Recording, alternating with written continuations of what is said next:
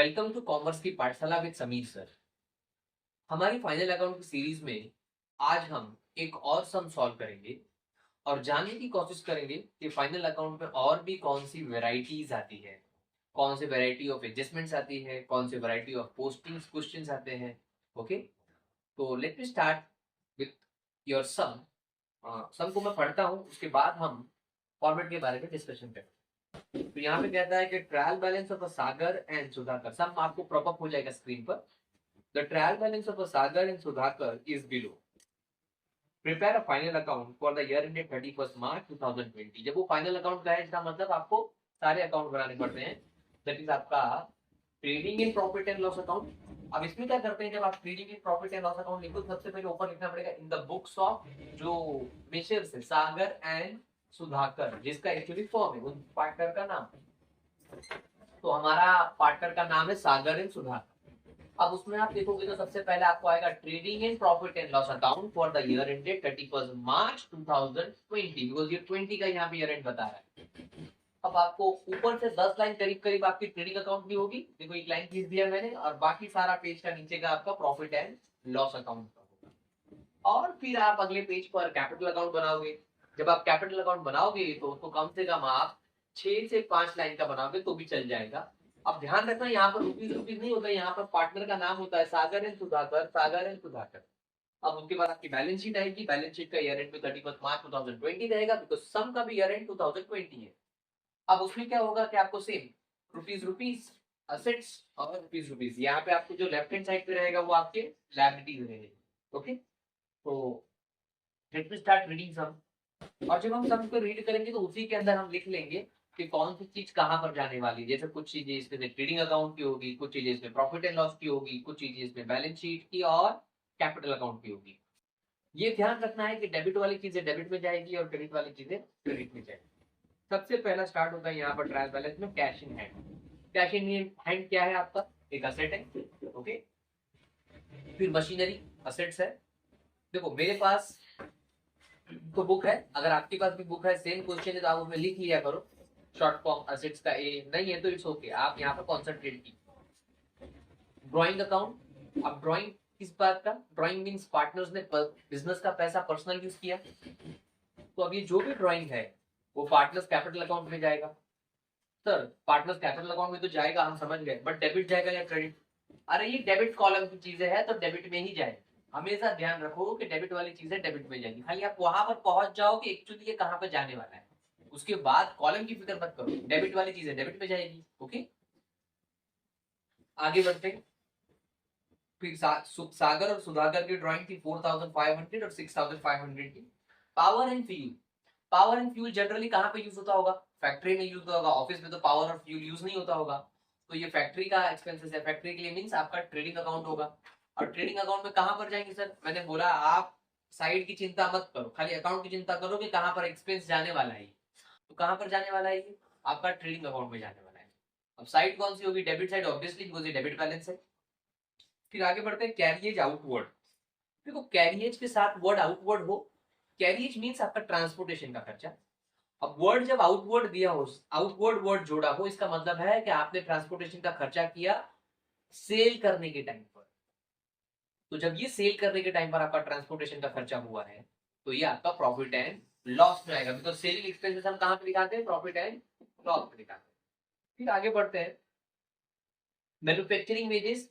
Definitely manufacturing की बात कर रहे हैं तो फैक्ट्री की बात कर रहे हैं तो ट्रेडिंग अकाउंट, और अमाउंट है इसका 9483। फिर फर्नीचर एंड पिक्चर 12,000 रुपए के हैं तो आपकी असेट्स है। फिर कैरियज इनवर्ड है, देखो अभी वर्ड इनवर्ड यूज किया कैरियज के साथ। तो जब कभी भी कैरियज वर्ड इनवर्ड यूज करें, इस मींस कि आप जब मटेरियल लेकर आ रहे थे तब आपने ये ट्रांसपोर्टेशन का खर्चा किया है। जब मटेरियल ला रहे थे तो मटेरियल कहाँ पे लिखते हैं हम लोग? उसका खर्चा फैक्ट्री अकाउंट में। तो ये जो कैरियज इनवर्ड का खर्चा है वो भी आपको फैक्ट्री अकाउंट में लिखना पड़ेगा। फैक्ट्री मींस ट्रेडिंग अकाउंट में लिखना पड़ेगा। फिर आप देखोगे इसमें है आपको रेंट। अब रेंट रुपीज 8,000 का पे किया है, डेफिनेटली आपने ऑफिस का रेंट पे किया होगा तो आपके प्रॉफिट एंड लॉस में जाएगा। अब यहाँ पे लिखा है 3/4, इट मींस आपने रेंट पूरा नहीं पे किया है, आपने 3/4 ही पे किया है। आपको टोटल 12 महीने का पे करना चाहिए था, आपने 9 मंथ का पे किया है, इट मीन्स 3/4 होता है। तो आपको अभी भी 1/4 रेंट पे करना बाकी है। तो हम क्या कर देंगे, रेंट पे एक स्टार लगा लेंगे, मतलब एक मार्क कर लेंगे, ताकि जब हम रेंट लिखे तो हम उसको इनर वाले कॉलम में लिखे। क्यों? क्योंकि जब कभी भी कोई एक्सपेंसेस पे करना है या इनकम पे करना या रिसीव करना कुछ भी बाकी रहता है तो हमको इनर कॉलम में लिखते हैं, फिर वो अमाउंट को फाइनलाइज करके बाहर लेकर जाते हैं। तो मार्क करने से ये मालूम पड़ जाएगा कि वहां पर एक लाइन छोड़नी है, बिकॉज उसके ऊपर कोई एडजस्टमेंट्स है। आगे बढ़ते हैं। फिर सन्ड्री डेटर आपका असेट्स होता है। फिर आपको एडवर्टीजमेंट है, तो एडवर्टीजमेंट आपका सेलिंग का खर्चा है, तो प्रॉफिट एंड लॉस। फिर आपको यहाँ पर रखा है प्रिंटिंग एंड स्टेशनरी 1200 रुपीज की। प्रिंटिंग एंड स्टेशनरी हम लोग ऑफिस में यूज करते हैं, तो profit and loss. Insurance 1480 rupees का, तो इंश्योरेंस भी हम ऑफिस में यूज करते हैं, तो प्रॉफिट एंड लॉस। परचेज आपका ट्रेडिंग अकाउंट में जाएगा 82,950 का। Cash at hand, cash at bank means आपका असेट्स है, चाहे बैंक में हो चाहे आपके पास हो। डिस्काउंट, अब देखो ये डेबिट साइड में डिस्काउंट है, तो मतलब ये अलाउ किया हुआ, जब आप सेल कर रहे थे तो आपने अलाउ किया था, इट मीन्स ये आपका एक्सपेंसेस है प्रॉफिट एंड लॉस का। ओके, डेबिट वाली चीजें डेबिट में ही जाएगी जनरली। और मिसलेनियस एक्सपेंस मतलब छोटे मोटे और भी एक्सपेंसेस किए आपने तो भी प्रॉफिट एंड लॉस, बिकॉज इसका फैक्ट्री से कोई कनेक्शन नहीं बनता। और रिटर्न आ गया। अब देखो ध्यान सुनो, अगर रिटर्न वर्ड दिया हो, रिटर्न वर्ड अगर डेबिट साइड में दिया हो तो ये हमेशा आपका सेल्स रिटर्न रहता है। क्यों? बिकॉज सेल्स कहां पे लिखा होता है, क्रेडिट में, तो उसका सेल्स का हमेशा रिटर्न कहां पे अवेलेबल होगा, डेबिट में। मीन्स अगर आपको कोई डेबिट साइड में रिटर्न दिया हो तो वो हमेशा आपका कौन सा रिटर्न होगा, सेल्स रिटर्न होगा। बिकॉज डेबिट का अपोजिट क्रेडिट क्या होता है, सेल्स। तो डेबिट साइड में रिटर्न लिखा हो तो वो सेल्स रिटर्न है। तो हम सेल्स जब लिखेंगे तो एक लाइन छोड़ देंगे इनर कॉलम में लिख के, ताकि उसके अंदर से रिटर्न माइनस कर दें। इट मींस आपने जो सेल किया था वो कुछ वापस आ गया। फिर हम आगे बढ़ते हैं। आपको इंटरेस्ट पे करना है 1,000 रुपीज का। सर पे करना कैसे मालूम पड़ा, डेबिट साइड में दिया, डेबिट में एक्सपेंसेस होते हैं, तो हम लोग प्रॉफिट एंड लॉस के डेबिट में लेके जाएंगे। अब मैंने ट्रायल बैलेंस का डेबिट बैलेंस खत्म कर लिया है, अब मैं ट्रायल बैलेंस के क्रेडिट बैलेंस पे आ रहा हूं।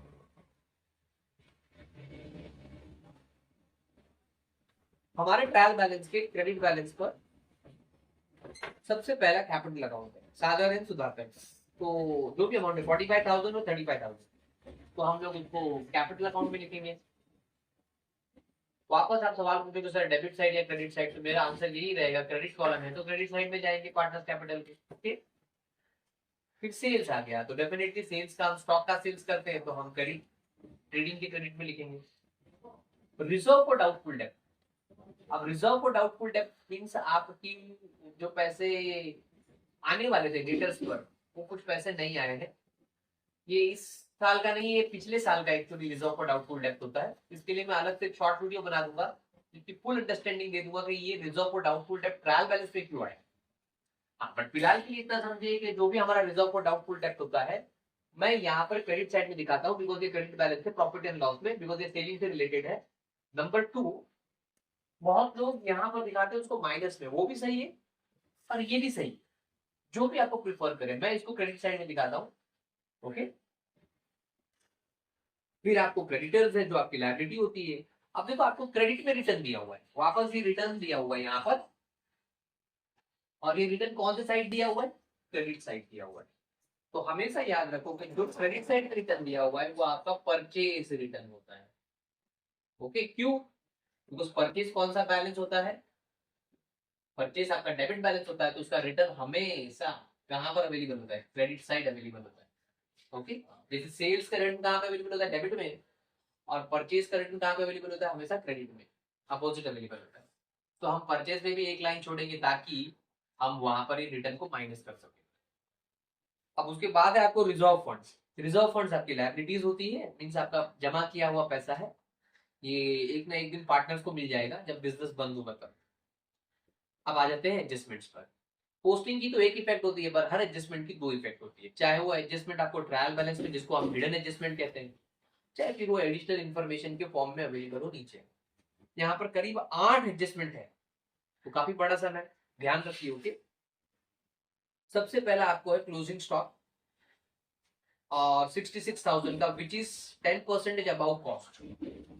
क्लोजिंग स्टॉक आपको है 66,000 का, बट वो कह रहा है कि जो क्लोजिंग स्टॉक है वो 10% ज्यादा है कॉस्ट वैल्यू से, तो आपको उसको प्रॉपर करना पड़ेगा पहले, उसके बाद ही हम क्लोजिंग स्टॉक का इफेक्ट दे सकते हैं। तो डोंट वरी, जब हम लोग सम करेंगे तब मैं समझाऊंगा एग्जैक्टली क्या करना है। अभी तो हम आगे बढ़ते हैं। नेक्स्ट कहता है डेप्रिशिएट करो मशीनरी को और फर्नीचर एंड पिक्चर को 10% और 15% से। इट मीन्स जब आप मशीन पर डेप्रिसिएशन दोगे तो आप एक लाइन छोड़ दोगे, जब मशीन लिखेंगे तो एक लाइन छोड़ना पड़ेगा बिकॉज हमको डेप्रिसिएशन है, और जब आप फर्नीचर पे भी लिखोगे तो आपको एक लाइन छोड़ना पड़ेगा बिकॉज उसके ऊपर डेप्रिसिएशन देना है। तो ध्यान रखिए, उसके ऊपर मार्क कर लीजिए ऐसा स्टार टाइप कि हमको एक लाइन छोड़नी है। Outstanding expenses were manufacturing wages rupees 1,117 and office salaries 1,775। आपको दो एक्सपेंसेस आउटस्टैंडिंग है, मींस आपको पे करना अभी भी बाकी है, जो इस साल का खर्चा था बट आपने पे नहीं किया, जिसमें से एक वेजेस है और एक सैलरी है। तो जब हम वेजेस लिखेंगे तो एक लाइन छोड़ देंगे, अंदर की तरफ लिखेंगे, और जब हम सैलरी लिखेंगे तभी भी हम लोग उसको अंदर की तरफ और एक लाइन छोड़ देंगे बिकॉज उसके ऊपर एडजस्टमेंट्स है। फिर कहता है insurance is paid for the year ended 30 जून 2020। वो कह रहा है कि आपने जो इंश्योरेंस पे किया वो जून तक का पे कर दिया। अब ये बड़ी लंबा एडजस्टमेंट्स है, डोंट वरी, बट सिंपल है, मैं बताऊंगा। हम इंश्योरेंस को लिखेंगे इनर कॉलम में, स्टार कर देंगे, उसके ऊपर एक मार्क कर देंगे ताकि एक लाइन छोड़ दे। उसके बाद एडजस्टमेंट नंबर 5 कहती है कि goods worth ₹5,200 distributed as a free sample. आपने अपने गुड्स को एडवर्टाइजमेंट करने के लिए 5,200 की गुड्स को फ्री सैंपल पे आपने बांट दिया पब्लिक के बीच में।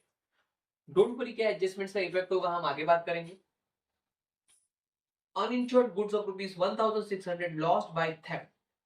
आपका अनइंश्योर्ड गुड्स था ₹1,600 का, मतलब जिसका इंश्योरेंस नहीं था, और वो लॉस बाय थेफ्ट मींस चोरी हो गया। अब क्या करना है हम बाद में बात करेंगे, फिलहाल तो गुड्स चोरी हो चुका है, बस इतना समझिए 1,600 का जिसका इंश्योरेंस नहीं था। फिर आगे बात करते हैं, provide 2,500 for further bad debts and maintained RDD 5% on debtors. अब डेटर पे दो एडजस्टमेंट है, कहता है कि आपका जो भी डेटर है उसमें से आपको कह रहा है कि सबसे पहले तो ₹2,500 बेड डेट्स हो चुके हैं। मींस डेटर मींस क्या, हमारे क्रेडिट सेल्स जिससे हमको पैसा आने वाला था। अब ₹2,500 डूब चुका है, बेड डेट हो चुका है, वो आने वाला नहीं है, तो हमको माइनस करना पड़ेगा। और दूसरी इफेक्ट क्या होगी मैं बात करूंगा। फिर कहता है कि उसके बाद जो अमाउंट बचेगा डेटर का उसके ऊपर हमको और भी डाउट है कि और भी पैसा नहीं आएगा 5% ऑन डेटर्स। देखो, जब आप क्रेडिट सेल करते हो तो आपका पूरा पैसा नहीं आता है, बहुत सारा पैसा लोग खा जाते हैं, नहीं देते हैं, क्योंकि सारे लोग ईमानदार नहीं होते, सिंपल सी बात है। जब आप 100 रुपए का बेचोगे तो इट मे बी पॉसिबल अलग अलग लोगों को, तो उसमें से हो सकता है कि कुछ लोग पैसा न दे आपको, तो वही तो होता है बैड डेट। बट जब डाउट होता है तो वो होता है आरटीडी की, बाबा इतना पैसा नहीं आएगा, और अकाउंट्स कहता है कि आप एडवांस में आपका जो एक्सपेंसेस होने वाला है जिसकी श्योरिटी है उसको ऑलरेडी आप एक्सपेंसेस बुक करके चलो। इसके ऊपर मैं शॉर्ट इंफॉर्मेशन वीडियो बना दूंगा जिसमें आपको इसकी जानकारी दे दूंगा। फिलहाल तो बस हमको सम करना है यहाँ पर और बेसिक जानकारी चाहिए इसकी, जितनी मैं प्रोवाइड कर चुका। तो हमारे डेटर पे कितने स्टार लगने वाले हैं भाई, 2 स्टार लगने वाले हैं। पहला स्टार तो बेड डेट का और दूसरा स्टार आरडीटी का, मींस दो एडजस्टमेंट्स है। तो मैंने कहा कि जब कभी भी पहली एडजस्टमेंट हो तो एक लाइन, फिर उसके बाद जितनी भी एडजस्टमेंट बढ़ती जाएगी 1 2 3 4 हर एक के लिए 2 लाइन। तो यहाँ पर कितनी एडजस्टमेंट है, 2।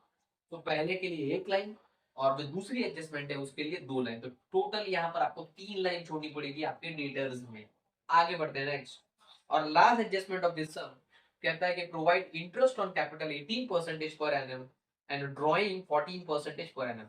यहाँ पे दो एडजस्टमेंट है, बेसिकली 8 नहीं है, 9 एडजस्टमेंट हो गए और एक ऊपर थी तो 10 एडजस्टमेंट टोटल इस सब में, काफी भारी भरकम सम है। यहाँ पर कहता है कि आपको इंटरेस्ट देना है पार्टनर्स कैपिटल को पे 18%, मींस पार्टनर ने बिजनेस को कैपिटल दिया यूज करने के लिए, तो पार्टनर 18% इंटरेस्ट मांग रहे हैं, उनको देना पड़ेगा, तो बिजनेस का एक्सपेंस हो गया। और कह रहा है कि ड्रॉइंग, तो फिर बिजनेस थोड़ी छोड़ेगा इन रिटर्न, है ना। पार्टनर ने इंटरेस्ट लिया तो बिजनेस भी बोलता है मैं भी इंटरेस्ट लूंगा, जो तुमने मेरा पैसा ड्राइंग यूज किया है, मतलब बिजनेस का पैसा पर्सनल यूज किया पार्टनर्स ने, तो बिजनेस भी मांग रहा है इंटरेस्ट, तो यहाँ पर ये बिजनेस की इनकम है। और हम लोग बिजनेस का अकाउंट बना रहे हैं, पार्टनर का नहीं, ध्यान रखना, तो हमको बिजनेस पॉइंट ऑफ व्यू से सोचना है। तो देखो मैंने यहाँ पर सारी एडजस्टमेंट रीड आउट कर ली है और बस अभी सम की तरफ आगे बढ़ रहे हैं। तो सम को स्टार्ट करने से पहले मैंने आपको बेसिक जानकारी दे चुका हूँ कि आपको कैसे इसको बनाना है। अब कभी भी सम को स्टार्ट करने से पहले आप 4-5 चीजें एडवांस में लिख लो तो सम इजी पड़ता है। जैसे सबसे पहले हम यहाँ पर ट्रेडिंग अकाउंट की डेबिट साइड में पहला ही लिख देंगे। बोलो क्या लिखेंगे? अरे बोलो घर पे बैठे बैठे। ओपनिंग स्टॉक, पता है ना आपको। अभी अमाउंट जब आएगा तब मैं लिखूंगा, बट फिलहाल मैं ओपनिंग स्टॉक लिख के छोड़ देता हूँ। उसके बाद बोलो भाई, अरे बोलो परचेज। मुझे मालूम है आप सुन रहे हो, तो टू परचेज। अब ध्यान रखो यहाँ पर परचेज पे ऑलरेडी एडजस्टमेंट रिटर्न था ना, क्रेडिट बैलेंस क्रेडिट साइड में अवेलेबल था, तो एक लाइन छोड़ेंगे परचेज लिखकर, बिकॉज यहाँ पे वो एडजस्टमेंट होगी ना। उसके बाद बाय सेल। हाँ मुझे पता है आप बोल रहे हो कि सर इसके ऊपर भी रिटर्न था तो एक लाइन छोड़ो, मैं छोड़ दूंगा, डोंट वरी अबाउट इट। एक लाइन छोड़ देंगे हम, इसके ऊपर इनर कॉलम में लिखेंगे, जब लिखेंगे तब। अभी तो पहले तो एडवांस में मैं उसका लिख के रख देता हूँ। उसके बाद हम लोग यहाँ पर बेड डेट्स की सारी इंफॉर्मेशन डाल देंगे। वो पैसा था ना जो खा गया आपका, लोग डुबा दिए, तो उसकी इंफॉर्मेशन पहले से लिख लेंगे। तो सबसे पहले यहाँ पर आएगा आपका बेड डेट्स, फिर add R D D, that is reserve for doubtful date.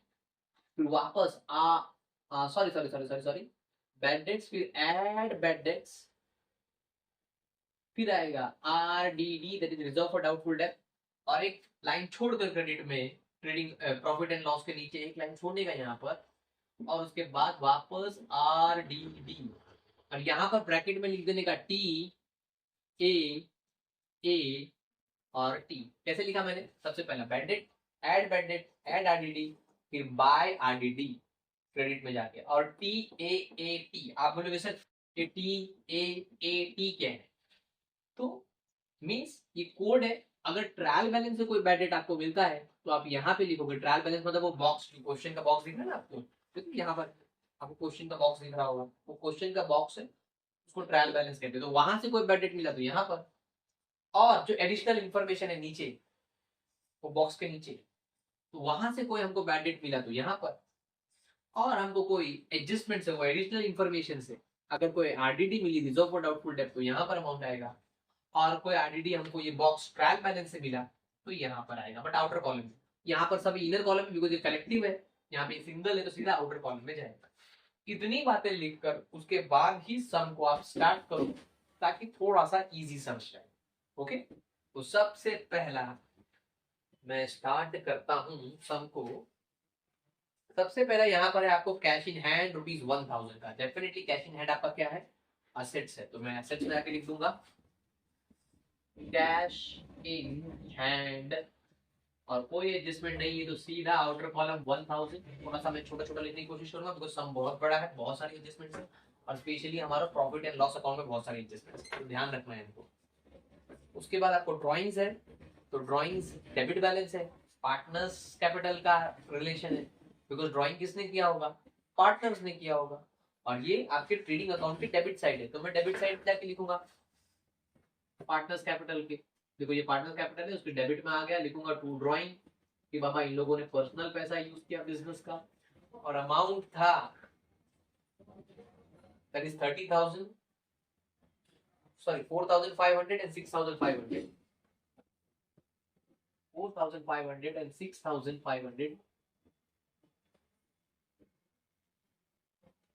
हाँ, ड्राइंग से पहले एक और अमाउंट था मशीनरी, जो मैं भूल चुका हूँ लिखना, तो मैं लिख देता हूँ। कैश इन हैंड के बाद मशीनरी था एक्चुअली, तो मशीन आपका असेट्स है और उसके ऊपर एक एडजस्टमेंट है, डेप्रिसिएशन देना था ना, याद है कि नहीं? तो हम लोग पहले तो असेट्स है तो असेट्स में आके लिखेंगे मशीन, और अमाउंट था 30,000। सर ये इनर कॉलम में क्यों लिख रहे हो? अरे बोला ना एडजस्टमेंट है, डेप्रिसिएशन है उसके ऊपर, तो वो उसके लिए मैंने इनर कॉलम में लिखा, प्लस माइनस करना पड़ेगा ना कुछ। सर ये ट्रायल बैलेंस का एक ही इफेक्ट होता है? हाँ एक ही इफेक्ट होता है। ओके, एडजस्टमेंट की दो इफेक्ट होती है।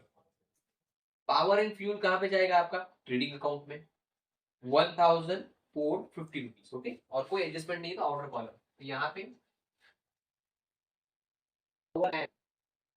Fuel 1,450 50 rupees. ओके, 1450 रुपीज आ गया पावर एंड फ्यूल।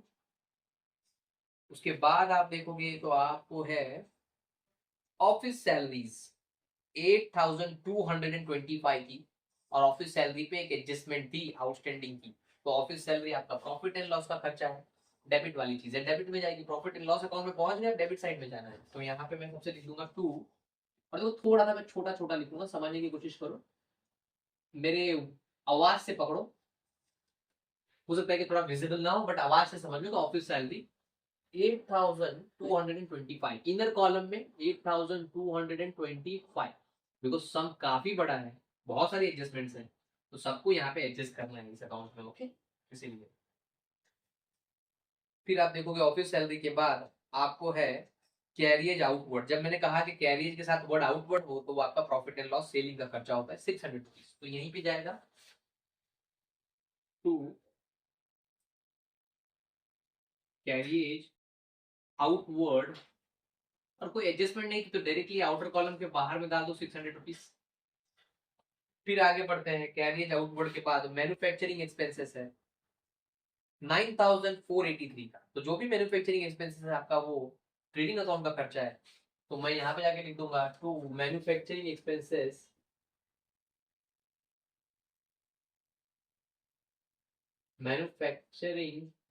एक्सपेंसेस और अमाउंट बड़े डेंजरस दिए 9483, ताकि आप मिस्टेक कर दो कुछ ना कुछ।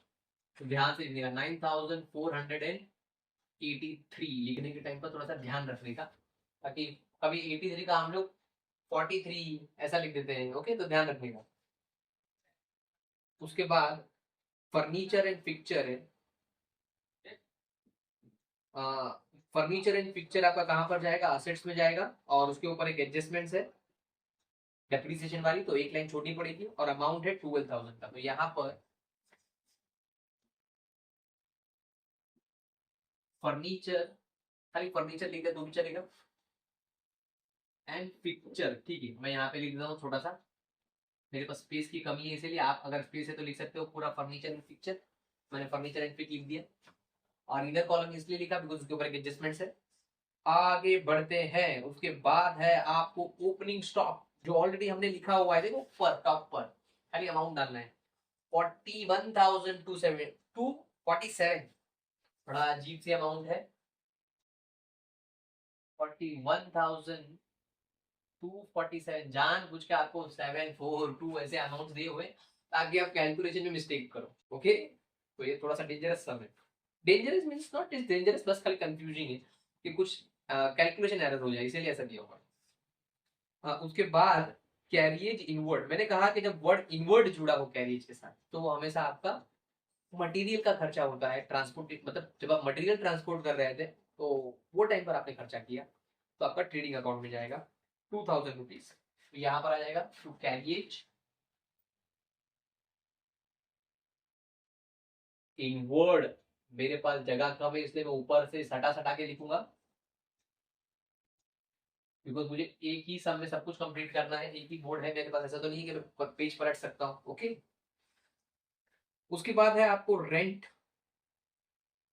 और उसके ऊपर एक हिडन एडजस्टमेंट है, बोलता है कि ये 3/4 है और 8,000 रेंट दिया होगा। तो यहाँ पे सबसे पहले तो मैं रेंट लिख देता हूँ, प्रॉफिट एंड लॉस का खर्चा है 8,000 अमाउंट। सर इनर कॉलम में क्यों बोला ना हिडन एडजस्टमेंट है, क्या एडजस्टमेंट है यहाँ पर देख लेते हैं। ओके, हिडन एडजस्टमेंट यहीं पे कर डालने का कहता है कि ये जो रेंट है वो 3/4 है। व्हाट मीन बाय इट मैं समझाता हूँ यहाँ पर, देखिए वर्किंग नोट नंबर 1 ले लेते हैं, उसमें लिख देते हैं रेंट 8,000 पे किया है, बट ये 8,000 कैसा पे किया है 3/4। इट मींस ये 8,000 हमने 3/3 4 का तीसरा हिस्सा पे किया है। आपको रेंट के 4 हिस्से टोटल साल भर में पे करने थे, आपने सिर्फ थर्ड तक ही पे किया है, अभी भी आपका एक रिमेन बाकी है। नीचे 4 मींस इट मींस आपको 4 हिस्से पे करने थे, आपने एक ही 3 हिस्से पे किया, अभी भी आपका एक हिस्सा रिमेन है। तो अब वो एक हिस्सा कैसे ढूंढे, बड़ी सिंपल सी बात है, जो हमको पे करना है वो कैसे ढूंढे, जो एक पोर्शन हमारा बाकी है। हम क्या कर लेंगे, ये 8,000 का रेंट था, उसको हम 3 से डिवाइड कर देंगे। अगर हम 3 से डिवाइड कर देंगे तो पर पोर्शन मिल जाएगा हमको, मींस 1, हमको 1 मिल जाएगा जो हमको पे करना बाकी है। तो क्या करेंगे, देखो मैं ये 8000 को 3 से डिवाइड कर दूंगा तो मुझे मालूम पड़ जाएगा कि मुझे एक हिस्सा कितना पे करना था। तो ऐसे मुझे कितने हिस्से पे करने थे, 4, ऑलरेडी मैं 3 पे कर चुका हूँ, तो एक हिस्सा वो जो मिलेगा मैं वो पे कर दूंगा, मीन्स मुझे पे करना बाकी है तो मैं ऐड कर दूंगा। देखिए 3 2 6, यहाँ पर आ गया आप 3 2 6, आपके यहाँ पे आ गए 20, तो बिकॉज 2 बच गए ना, तो यहाँ पर हो गया 3 6 18, वापस 3 6 18, वापस 3 6 18, बिकॉज हर बार 2 बचता जाएगा, फिर पॉइंट रखना पड़ेगा, फिर 3 6 18 और ये चलते रहेगा। तो मीन्स आपका आंसर क्या बनेगा इसका 2667। ये वो पर पोर्शन रेंट है जो आपको पे करना बाकी था, 2667। पॉइंट के बाद जब 66 हो तो मैं यहाँ पे डेसिमल में आंसर नहीं लिख सकता, इसलिए मैंने इसको राउंड ऑफ कर दिया। पॉइंट के बाद 5 या 5 से ज्यादा हो तो आप इसको राउंड ऑफ कर दो, जैसे 6 है तो 7 कर दो, 7 है तो 8 कर दो, और 4 से 5 से कम है तो पॉइंट को इग्नोर ही करो डायरेक्टली। हम लोग अगर यहाँ पे मान लो कि 5 4 होता, 3 होता, 2 होता पॉइंट के बाद, तो मैं खाली इतना अमाउंट लेता 2667, बट पॉइंट के बाद 5 या 5 से बड़ा हो तो आप राउंड ऑफ कर सकते हो, मींस 2667 आंसर कर दिया, 66 नहीं रखा। ओके, तो मुझे ये पे करना बाकी था, ये मेरा आउटस्टैंडिंग है। आउटस्टैंडिंग का मतलब आपका पे करना बाकी है, तो मैंने टोटल रेंट 8000 पे किया था, अभी भी मुझे पे करना बाकी, तो मैं ऐड कर दूंगा आउटस्टैंडिंग मेरा,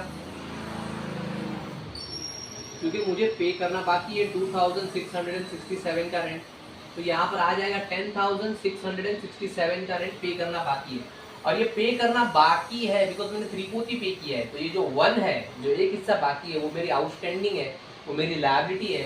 तो मैं लायबिलिटी में जाके ऊपर से 4-5 लाइन छोड़कर दिखा दूंगा यहाँ पर आउटस्टैंडिंग रेंट 2667 रुपीज अभी भी पे करना बाकी है। तो बड़ी सिंपल एडजस्टमेंट थी।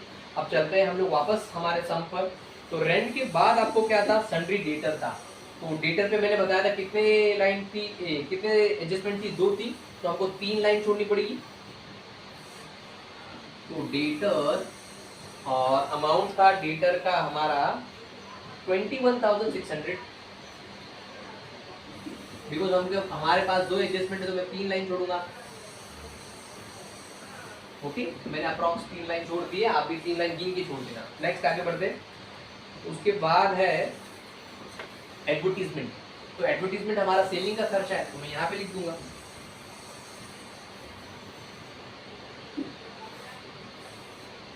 और एडवर्टाइजिंग, देखो इसके ऊपर भी एक एडजस्टमेंट है, बिकॉज हमने कुछ गुड्स फ्री ऑफ सैंपल में डिस्ट्रीब्यूट किए ना, कुछ गुड्स हमने फ्री सैंपल में डिस्ट्रीब्यूट किए थे, देखो नीचे एडजस्टमेंट में लिखा हुआ है, तो वो भी तो एक एडवर्टाइजमेंट ही है। तो एडवर्टाइजमेंट में भी एक एडजस्टमेंट्स है, तो हम लोग जाके क्या कर देंगे, इसकी इनर कॉलम में लिख के एक लाइन छोड़ देंगे। 780 रुपीज़ का एडजस्टमेंट अमाउंट है इसका, और इनर कॉलम में लिखेंगे बिकॉज एक एडजस्टमेंट है इसीलिए। फिर आगे बढ़ते हैं। और प्रॉफिट एंड लॉस में क्यों लिखा, बिकॉज सेलिंग का खर्चा है ना बाबा। उसके बाद आप देखोगे तो इंश्योरेंस का अमाउंट है, और इंश्योरेंस पे भी एडजस्टमेंट है 1480, तो उसको भी इनर कॉलम में लिख के एक लाइन छोड़ना पड़ेगा। और कहाँ पे लिखेंगे, प्रॉफिट एंड लॉस में, बिकॉज ये आपका ऑफिस का खर्चा माना जाएगा। तो यहाँ पे 2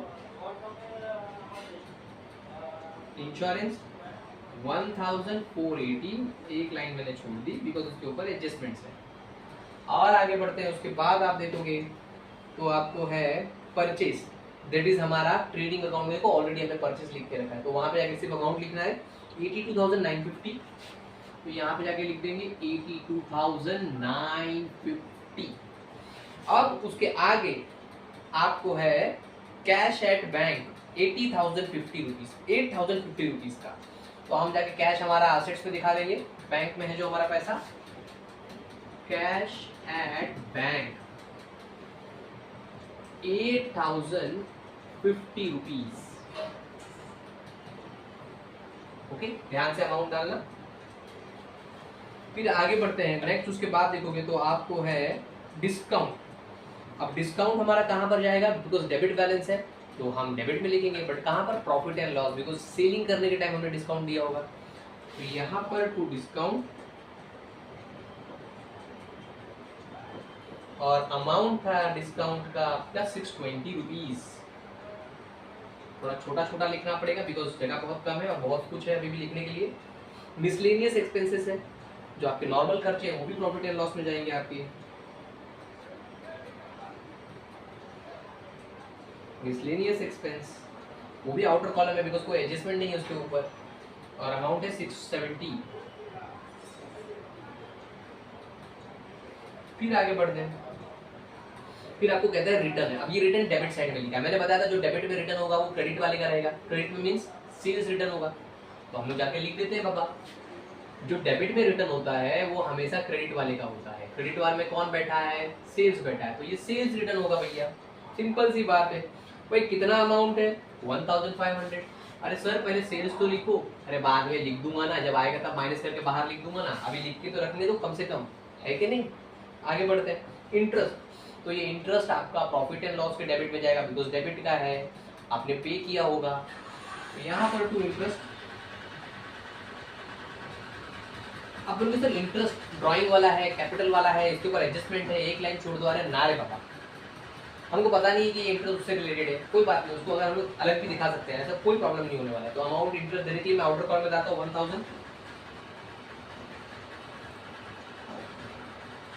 इंटरेस्ट।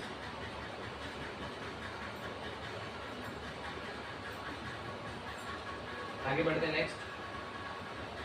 अब डेबिट वाली चीजें पूरी हो गई, अब क्रेडिट की तरफ चलते हैं ट्रायल बैलेंस के। तो क्रेडिट में सबसे पहले आपका कैपिटल अकाउंट है, तो सारी क्रेडिट वाली चीजें क्रेडिट में ही जाएगी, और कैपिटल हमेशा पार्टनर से रिलेटेड है तो पार्टनर कैपिटल अकाउंट में जाऊंगा। और साइड कौन सी होगी? क्रेडिट साइड होगी।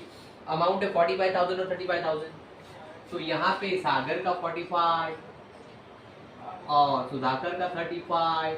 अब कैपिटल अकाउंट में कैपिटल अकाउंट नहीं लिख सकता भाई, ये भी पार्टनर्स कैपिटल अकाउंट है, वहां पे भी कैपिटल अकाउंट लिखा है, तो क्या करेंगे?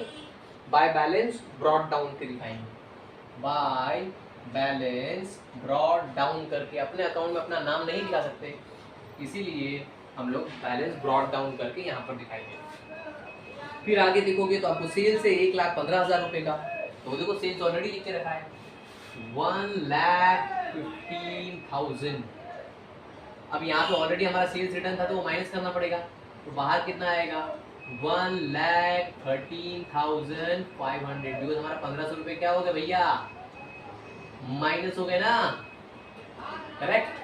तो 1,13,500 रुपीज बाहर आएगा बिकॉज हमारे 1,500 रुपए रिटर्न के तो माइनस कर दिया मैंने। उसके बाद रिजर्व फॉर डाउटफुल डेब्ट्स है, ये आरडीडी है, कहाँ से मिली है? ये बॉक्स बॉक्स को क्या बोलते हैं? ट्रायल बैलेंस बोलते हैं।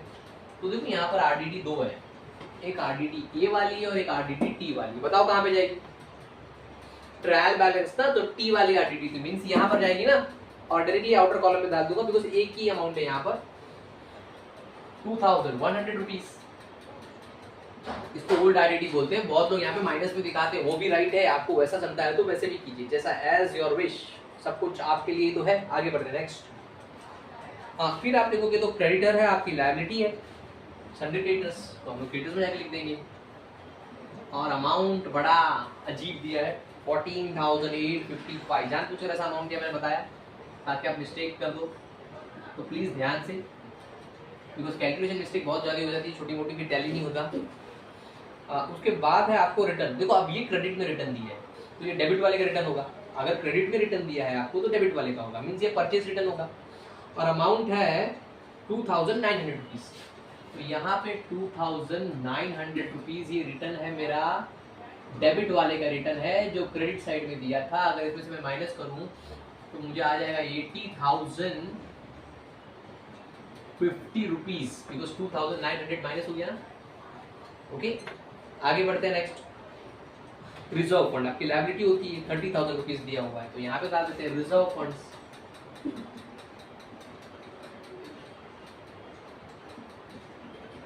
ये आपका बचा हुआ पैसा है पार्टनर्स का, जो उन्होंने बचा के रखा था अपने बिजनेसेस के लिए। अब मेरी सारी पोस्टिंग हो चुकी है और एक एडजस्टमेंट हो चुकी है जो हिडन एडजस्टमेंट थी ट्रायल बैलेंस वाली। अब चलते हैं हमारी नीचे की एडिशनल इंफॉर्मेशन वाली एडजस्टमेंट्स पर। और यहाँ पर सबसे पहले एडजस्टमेंट कहती है कि आपको जो क्लोजिंग स्टॉक है 66,000 का, वो 10% अबाव है कॉस्ट के। व्हाट इट मीन बाय कि आपका जो क्लोजिंग स्टॉक है क्वेश्चन में 66,000, वो 10% ज़्यादा है, अबाव है कॉस्ट के। तो आपको क्या करना पड़ेगा? एक्चुअली देखो क्लोजिंग स्टॉक को ना ओवर वैल्यू पे दिखा सकते हैं ना अंडर वैल्यू दिखा सकते हैं। मतलब समझाता हूँ मैं यहाँ पर एक वर्किंग करके, आप वर्किंग देखिए तो आपको समझ में आ जाएगा। आई थिंक ये वर्किंग आपने लिख लिया होगा तो मैं मिटा देता हूँ, ओके, बिकॉज मुझे स्पेस चाहिए। तो यहाँ पर देखिए working note number 2, closing stock 10% about cost लिखा है।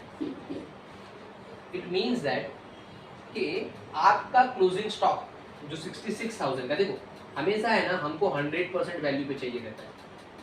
आपका क्लोजिंग स्टॉक 110% पर है, मीन्स बोलता है कि ये 100% नहीं है, उसमें 10% ज्यादा है। मीन्स आपका क्लोजिंग स्टॉक, मैं ऐसे बोलूँ कि 10% ज्यादा है, तो वो अभी राइट नाउ जो क्लोजिंग स्टॉक है वो आपका 110% है। हमेशा हमको वैल्यू 100% पे चाहिए रहता है, ना 90% पे चाहिए, ना 110% पे या 120% पे, कुछ ना ज्यादा ना कम, हमेशा 100% मीन्स परफेक्ट अमाउंट पे चाहिए। और आपका क्लोजिंग स्टॉक कहता है वो 10% ज्यादा है। इट मीन्स जो प्रेजेंट क्लोजिंग स्टॉक है आपका वो 110% है, ओके। तो अब क्या करेंगे, अब जो 110% वाला क्लोजिंग स्टॉक है वो लिख लेंगे 66,000, मीन्स ये 66,000 कितना परसेंटेज है, 110% है। कैसे मालूम पड़ा, अरे बोल रहे हैं ना 10% ज्यादा है, तो आप अज्यूम कर लो कि 100 में 10% ज्यादा है तो 110 हो जाता है वो।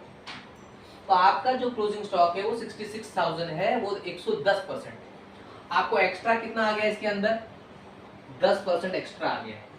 अगर ये माइनस कर दोगे तो आप 100% परफेक्ट वैल्यू पे पहुंच जाओगे। इसमें ज्यादा कितना है, ज्यादा हमारा 10% है। अगर हम लोग 10% एक्स्ट्रा वैल्यू माइनस कर दे तो हम लोग परफेक्ट वैल्यू पे पहुंच जाएंगे। तो हमको परफेक्ट वैल्यू चाहिए, तो मैं यहाँ पे वो 10% ढूंढूंगा कि 10% क्या है, तो इसका क्रॉस मल्टीप्लाई कर दूंगा। सिंपल सी बात है, मैं कहूंगा कि 110 पे अगर 66,000 होता है तो 10% पे कितना, 110 पे अगर 66,000 होता है तो 10% पे कितना, 110 पे 66,000 होता है तो 10% पे कितना। बड़ा सिंपल सा है। अब क्या करूंगा, क्रॉस मल्टीप्लाई। ये जहाँ पे तीर मारता है, मीन्स यहाँ पे जहाँ से तीर मारेगा वहां पे मल्टीप्लाई और बाजू वाले से डिवाइड। इट मीन्स क्या बनेगा, 66,000 इंटू जहाँ पे तीर मार रहा है वहां पे मल्टीप्लाई और बाजू वाले से डिवाइड 110, करेक्ट। अब 0 0 कैंसिल कर देता हूँ, यस और नो। तो यहाँ पर 0 0 कैंसिल हो गया। अब ये 11 6 66 हो जाएगा, तो 11 6 66 हो जाएगा, यस और नो। तो यहाँ पर जो ये 6,000 आंसर आ रहा है, बिकॉज यहाँ पे अगर 6,000 आ गए, 11 6 66,000, तो यहाँ पे 6 आ जाएगा, 11 6 66 होता है। तो ये 6,000 ये 3 जीरो के साथ जुड़ जाएंगे तो 6,000 हो जाएगा, बिकॉज मल्टीप्लाई बाय 1। तो जो ये 10% आंसर था वो कितना आंसर आया आपका, जो 10% आप आंसर ढूंढ रहे थे वो कितना आया, 6,000 ज्यादा था आपका स्टॉक। वापस मैं समझा देता हूँ। आपका स्टॉक कहता है कि आपका स्टॉक अबाउ है कॉस्ट से 10%। तो आपको सम में हमेशा, आपके बैलेंस शीट में हमेशा ना कोई ओवर वैल्यू होना चाहिए ना कोई अंडर वैल्यू। ओवर वैल्यू का मतलब है 100 से ज्यादा, चाहे वो 10 हो, 20 हो, 30 हो, 40 हो। और अंडर वैल्यू का मतलब है 100 से नीचे, 90 50 60 70 जो भी होगा उससे नीचे, 100 से नीचे।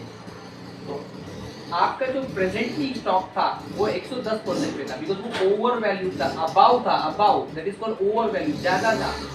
तो मींस वो 110 था, 66,000 110 था, तो मुझे कितना माइनस करना था, 10। तो अगर मैं 10 माइनस करता तो मैं 100 पे पहुंच जाऊंगा।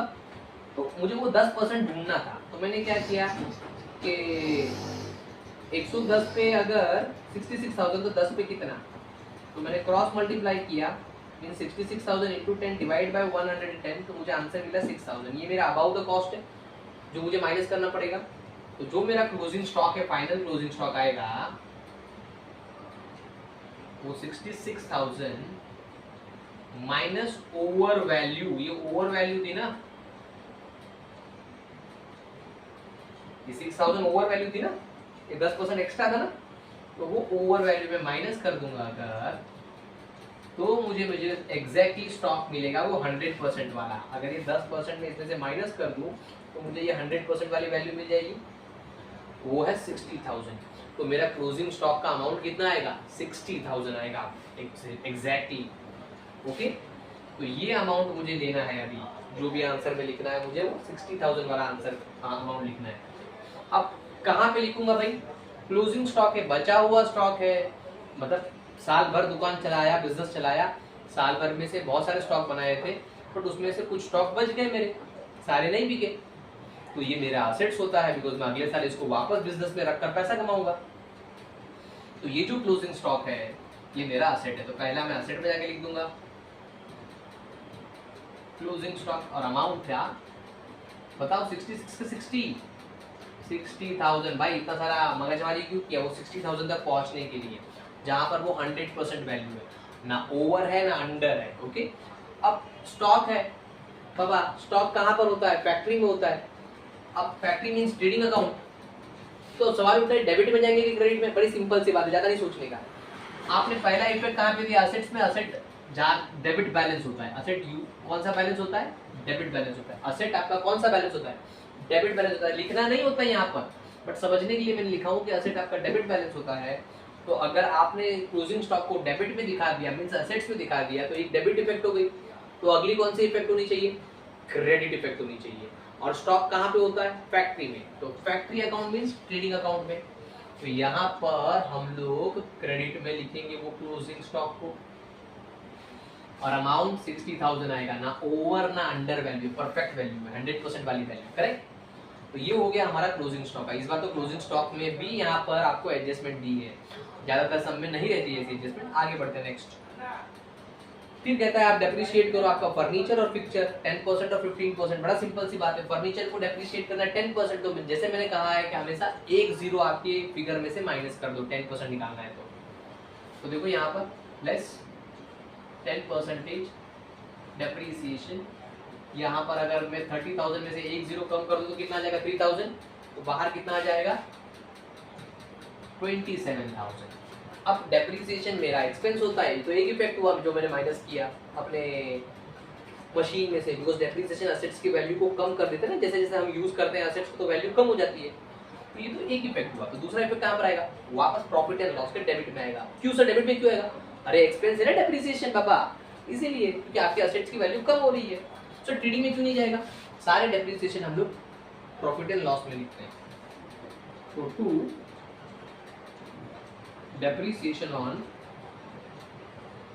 मशीन और अमाउंट आया था 3,000, वहां पे क्रेडिट इफेक्ट थी और ये डेबिट इफेक्ट है। सर क्रेडिट कहां पर है? ये डेबिट है ना?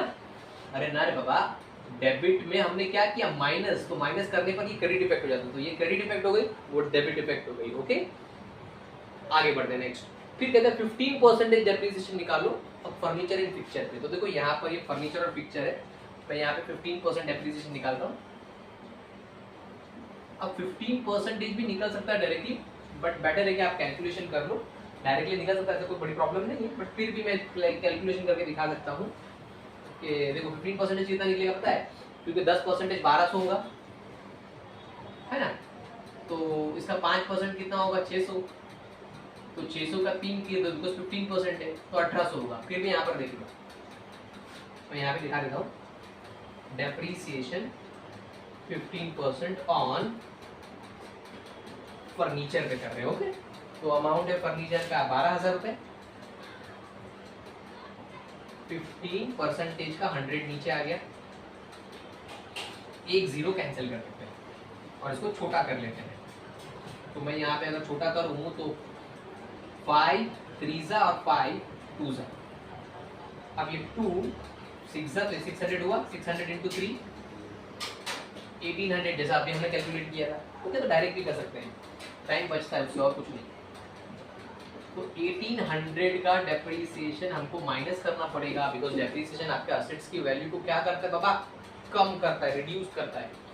तो यहाँ पर बाहर आ जाएगा हमको 10,000, है ना, 10,200 रुपीज आ जाएगा, बिकॉज ये 811,000 और वो, तो ये आपका 10,200 रुपीज बाहर आ गया। और जैसा मैंने कहा कि ये तो डेबिट में हमने माइनस किया तो क्रेडिट इफेक्ट हुई, इट मींस ये एक इफेक्ट हुई। तो अगली इफेक्ट हमारी प्रॉफिट एंड लॉस के डेबिट में जाएगी, बिकॉज ये एक्सपेंस है और हम लोग एक्सपेंस कहाँ में लिखते हैं? प्रॉफिट एंड लॉस के डेबिट में, जो फैक्ट्री से रिलेटेड नहीं होते वहाँ। डेप्रिसिएशन ऑन फर्नीचर और अमाउंट था हमारा 1800 रुपीज। जरा ध्यान से, जगह आपको बहुत चाहिए नीचे, अभी बड़ा समय। आगे अब आगे एडजस्टमेंट नंबर 3 पर कहता है कि आपके कुछ एक्सपेंसेस आउटस्टैंडिंग है जो आपका मैन्युफैक्चरिंग वेजेस था। वेजेस तो ओके, मैन्युफैक्चरिंग वेजेस ओके, मैंने इसके लिए जगह ही नहीं छोड़ी थी। हो कोई बात नहीं।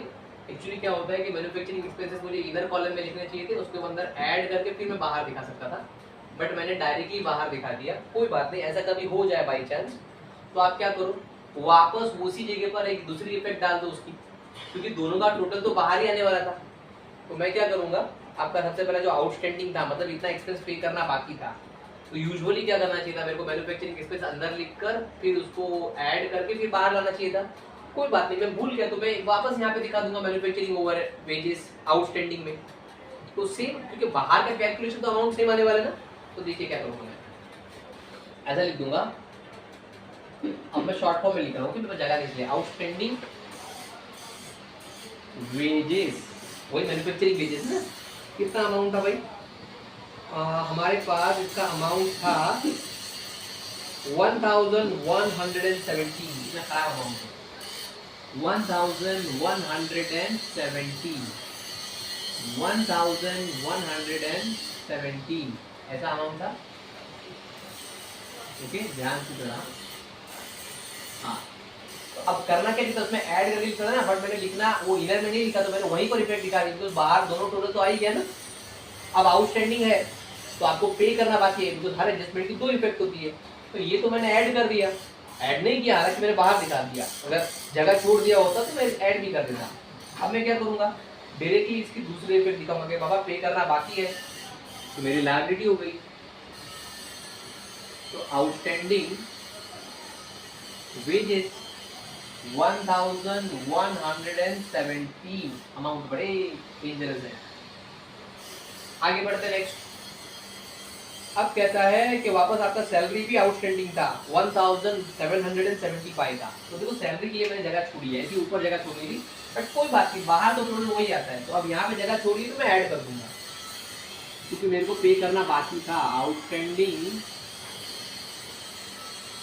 OS means outstanding short form 1775, ये अमाउंट था मेरा आउटस्टैंडिंग। अब ऐड कर दूंगा तो बाहर आ जाएगा इधर 10, इधर आ जाएगा वापस 0, इधर आ जाएगा वापस 0, और इधर आ जाएगा वापस 0, मींस ये टोटल हो जाएगा 10,000 रुपीज। अब आउटस्टैंडिंग है तो पे करना बाकी है, तो मेरी लायबिलिटी हुई। तो दूसरा इफेक्ट, इट वाज एडजस्टमेंट की दो इफेक्ट होती है।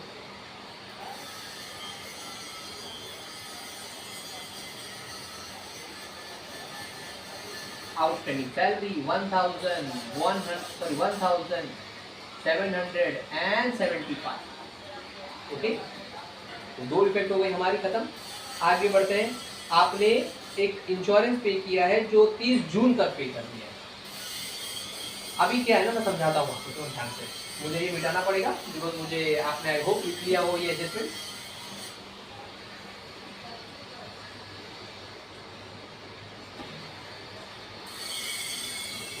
वर्किंग नोट नंबर 3 लेता हूँ बिकॉज ये 2 थी, ये 3 लेता हूँ।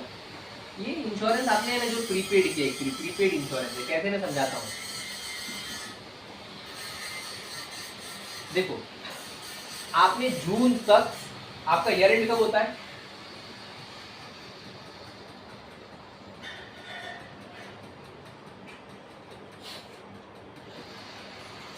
आपने जो भी, देखो कभी भी जो इंश्योरेंस का अमाउंट हम लोग पे करते हैं वो 12 महीने के लिए पे करते हैं, 12 मंथ के लिए।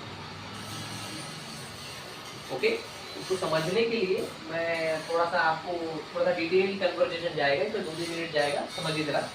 हमारा स्टार्ट हुआ 1 अप्रैल के लिए, 1 अप्रैल 2019 को, और ईयर एंड होगा हमारा 31 मार्च 2020 को। और आपने जो इंश्योरेंस पे किया है वो 30 जून तक का इंश्योरेंस पे किया है। मीन्स यहाँ पे वापस नया साल स्टार्ट होगा अप्रैल, मई और जून।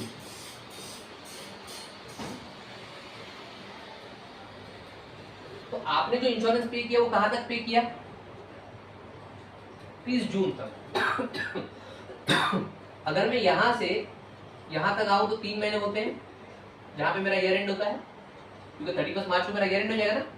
उसके बाद यहाँ पे अगर 3 महीने है तो यहाँ पर मैंने 9 मंथ आया होगा, बिकॉज आपका इंश्योरेंस हमेशा 12 मंथ के लिए होता है, याद रखना हमेशा।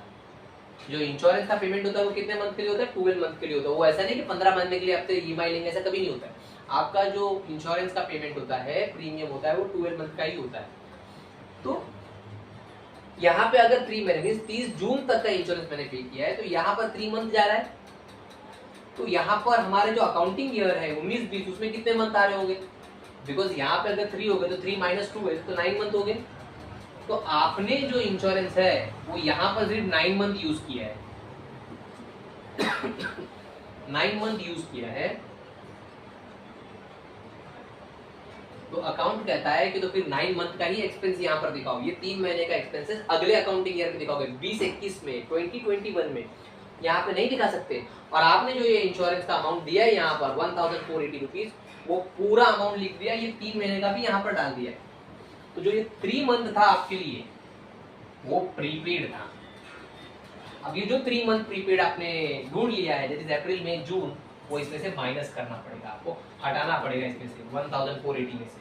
तो प्रीपेड कैसे ढूंढेंगे? बड़ा सिंपल सा बात है, अभी मैंने दिखाया आपको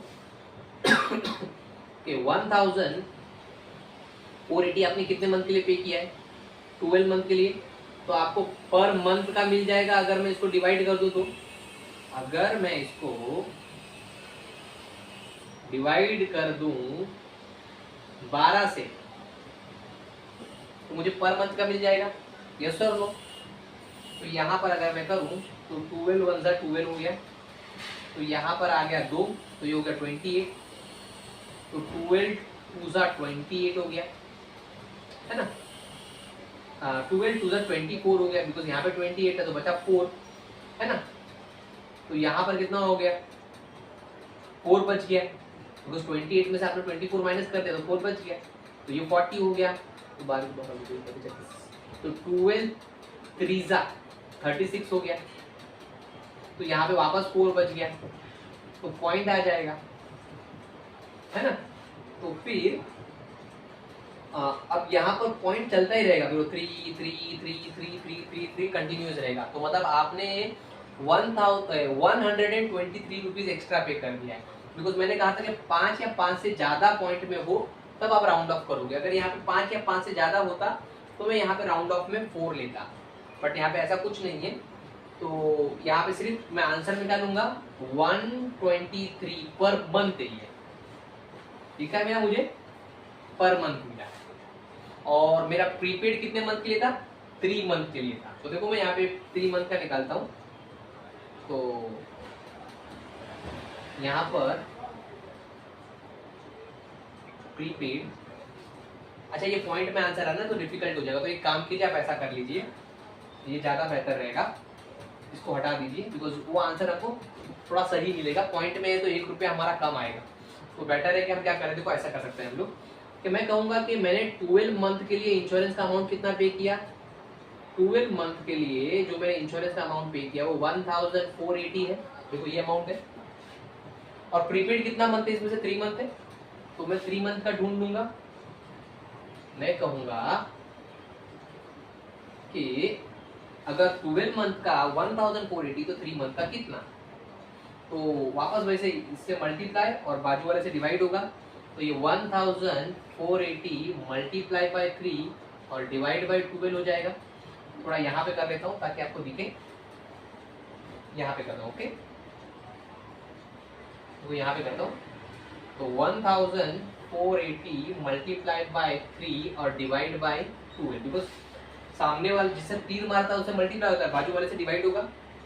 तो यहाँ पर अगर मैं इसको करूँ तो 3 4 जा 12, 4 1 जा 4, 4 2 जा 8 और 4 3 जा 12, तो यहाँ पे 3 आ गया तो 2 हो गया, 28 आ गया, करेक्ट?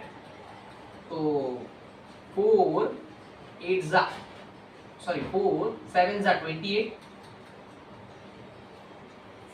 तो 4 7 जा 28 हो जाएगा। और अगर यहाँ पे 28 खत्म हो गया तो बचा हुआ 0 था, तो 370 रुपीज एग्जैक्ट अमाउंट हमारा प्रीपेड आ रहा है। ये 3 महीने का आंसर कितना आ रहा है हमारा 370। तो जो ये 370 हमको आंसर मिला है वो क्या है मेरा 3 महीने का है। और 3 महीने का मेरा आंसर क्या था ये प्रीपेड था। समझे कैसे 3 4 12 फिर ये 4 4 3 12 यहाँ पर तो यहाँ पर बच कितने गए हमारे पास 2 बच गए तो 28 हो गए 4 7 28 और फिर लास्ट में बचा 0 तो ऊपर आ गया। तो ये 370 आंसर मिल गया हमको। तो ये 370 हमारा प्रीपेड था जो 3 महीने के लिए था।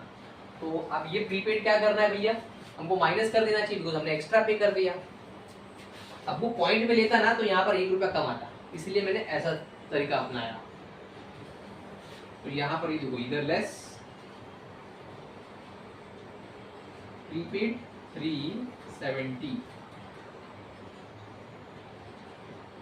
अगर मैं 370 इसमें से माइनस करूं तो बाहर कितना जाएगा मेरा यहाँ से 0 यहाँ से 1 यहाँ से वापस 1 और वहां पर से वापस 1 तो आंसर आ रहा है 1110 रुपीज। कैसे किया मैंने अरे मैंने कहा कि अप्रैल से मार्च तक ईयर एंड होता है और हमने पे कर दिया 30 जून तक का। इंश्योरेंस का प्रीमियम तो 12 महीने का होता है तो 3 महीने यहाँ पे पे किया तो 9 ही मंथ यहाँ पे यूज किया तो हमने 3 मंथ एक्स्ट्रा प्रीपेड कर दिया। तो मैंने बोला कि 12 महीने के लिए अगर 1480 रुपीज पे किया तो 3 मंथ का कितना तो 1480 multiply by 3 divide by 12 answer आया 370। तो 370 जो था वो 3 मंथ का था तो मेरा प्रीपेड है तो मैंने माइनस कर दिया। अब माइनस तो कर दिया अब दूसरा इफेक्ट सोचना पड़ेगा। तो देखो आपने जो भी प्रीपेड किया है मीन्स आपका पैसा आपने एक्स्ट्रा पे कर दिया वो आपका पैसा ही है बस किसी और के हाथ में। और पैसा चाहे बैंक में हो कैश आपके पास हो या किसी के पास हो या बैंक में हो वो हमेशा हम कहाँ पे दिखाते हैं असेट्स पे दिखाते हैं ना। तो ये प्रीपेड आपका ही पैसा है बस किसी और के हाथ में है और कुछ नहीं। तो यहाँ पर हम दिखा देंगे असेट्स में जैसे हम लोग पैसे हमारे पास दिखाते हैं वैसे ही बैंक में भी पैसा होता है तो हमारा ही पैसा किसी और के पास है बस बैंक के पास है बट हमारा ही पैसा है। तो उसी तरह प्रीपेड भी आपका ही पैसा है बस आपने एडवांस में किसी के हाथ में दे के रख दिया है तो वो प्रीपेड इंश्योरेंस तो हम उसको भी असेट्स में ही दिखाते हैं। कितना अमाउंट था भाई 370 रुपीज। चलो यहाँ पे आ गया प्रीपेड इंश्योरेंस। फिर आगे बढ़ते हैं। चलो हमने 4 एडजस्टमेंट कंप्लीट कर ली। अब 5वीं एडजस्टमेंट कहता है कि goods worth ₹5200 distributed as a free sample. आपने गुड्स को 5000 का फ्री सैंपल एडवर्टाइजमेंट के लिए बांट दिया लोगों को। तो देखो भाई सिंपल सी बात है जब कभी भी गुड्स हमारे पास ओपनिंग स्टॉक था परचेज किया था तो वो डेबिट साइड में था। तो कभी भी गुड्स अगर जाएगा तो अकाउंट कहता है कि कोई भी चीज अगर डेबिट में है और उसको कम करना है तो उसका क्रेडिट इफेक्ट देना पड़ेगा। तो गुड्स हमारे पास ओपनिंग स्टॉक के फॉर्म में परचेज के फॉर्म में डेबिट साइड में थे। तो गुड्स चाहे चोरी होकर चले जाए चाहे फ्री एडवर्टीजमेंट में चले जाए चाहे सेल होकर चले जाए हम हर जगह को क्रेडिट साइड में दिखाएंगे। तो हमारा यहाँ पर गुड्स फ्री सैंपल वाला क्रेडिट में आ जाएगा और अमाउंट था 5200 रुपीज का गुड्स हमने डिस्ट्रीब्यूट कर दिया। तो ट्रेडिंग में ही क्यों अरे गुड्स कहाँ पर होता है ट्रेडिंग अकाउंट में ना। हमने परचेज किया था ओपनिंग था तो वो डेबिट में था जाएगा तो क्रेडिट में जाएगा चाहे वो फिर लॉस होकर जाए सेल होकर जाए या फिर फ्री सैंपल के फॉर्म में जाए। अब फ्री सैंपल मतलब एडवर्टाइजमेंट थी तो देखो यहाँ पर एडवर्टाइजमेंट की मैंने जगह छोड़ा था तो हमने 780 की एडवर्टाइजमेंट नहीं की थी हमने और भी एडवर्टाइजमेंट की 5200 रुपीज की फ्री सैंपल दे दिया। तो ऐड कर देंगे कि बाबा इतनी एडवर्टाइजमेंट नहीं थी और भी गुड्स फ्री सैंपल पे दिया था हमने। अब गुड्स फ्री लिख देता यहाँ पे जगह नहीं है इसीलिए 5200 रुपीज। तो टोटल मैंने एडवर्टाइजमेंट कितने का किया 0 8 9 और 5 मीन्स 5980 का मैंने एडवर्टाइजमेंट किया है टोटल बिकॉज मैंने इतना और लिखना बाकी था ना तो मैंने लिख दिया कि हमने 5200 का हमारे गुड्स गए बट गुड्स गए एज एन एडवर्टाइजमेंट। तो हमारी एडवर्टाइजमेंट 780 नहीं थी 5980 हो गई टोटल समझे। फिर आगे चलते हैं आप बस खत्म होने की बारी आ गई थोड़ी सी एडजस्टमेंट बाकी है। एडजस्टमेंट नंबर 6 बोलता है uninsured goods 1600 loss by theft. कहता है कि आपका अनइंश्योर्ड गुड्स था जिसका इंश्योरेंस नहीं था वो लॉस हो गया चोरी हो गया मीन्स गोडाउन से। तो वापस अभी बताया मैंने गुड्स आया था तो डेबिट था जाएगा तो क्रेडिट होगा चाहे वो थेफ्ट से जाए, फायर से चोरी हो जाए, फ्री सैंपल पे जाए, सब जगह क्रेडिट में जाएगा वो। तो by goods lost by fire, कितने के गुड्स थे हमारे 1600 रुपीज के, लॉस हो गए। अब लॉस हो गए ना बाबा, अनइंश्योर्ड देखो इंश्योरेंस का पैसा भी नहीं आने वाला, तो पूरा का पूरा हमारा जो गुड्स था वो हमारा एक्सपेंस हो गया। तो ये क्रेडिट इफेक्ट थी, तो अभी डेबिट इफेक्ट जाएगी प्रॉफिट एंड लॉस के, बिकॉज वो हमारा एक्सपेंस हो गया, हमारा लॉस हो गया ना भाई। एक्सपेंस तो नहीं हुआ, लॉस हुआ एक्चुअली, एक्सपेंस वर्ड मुंह से निकल गया बट वो लॉस है। तो यहाँ पर देखो to goods lost by fire और अमाउंट था 1600 रुपीज। ओके,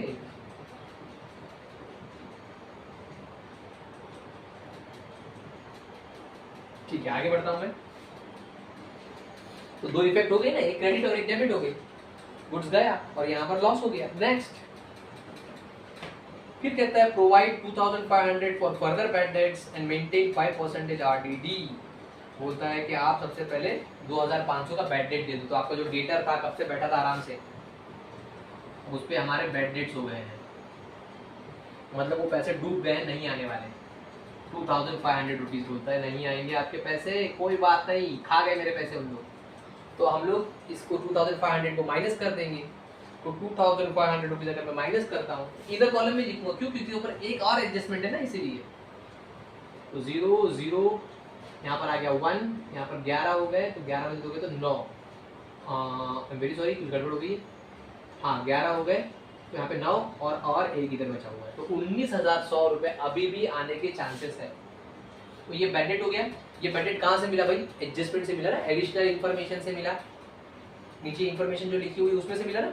तो यहाँ पर दिखाऊंगा, देखो मैंने बैड डेट के लिए ऑलरेडी जगह छोड़ा हुआ है। बैड डेट्स ट्रायल बैलेंस वाला तो मिला नहीं कुछ बॉक्स से, तो ये जो बैड डेट मिला है वो मुझे कहाँ से मिला भाई बोलो?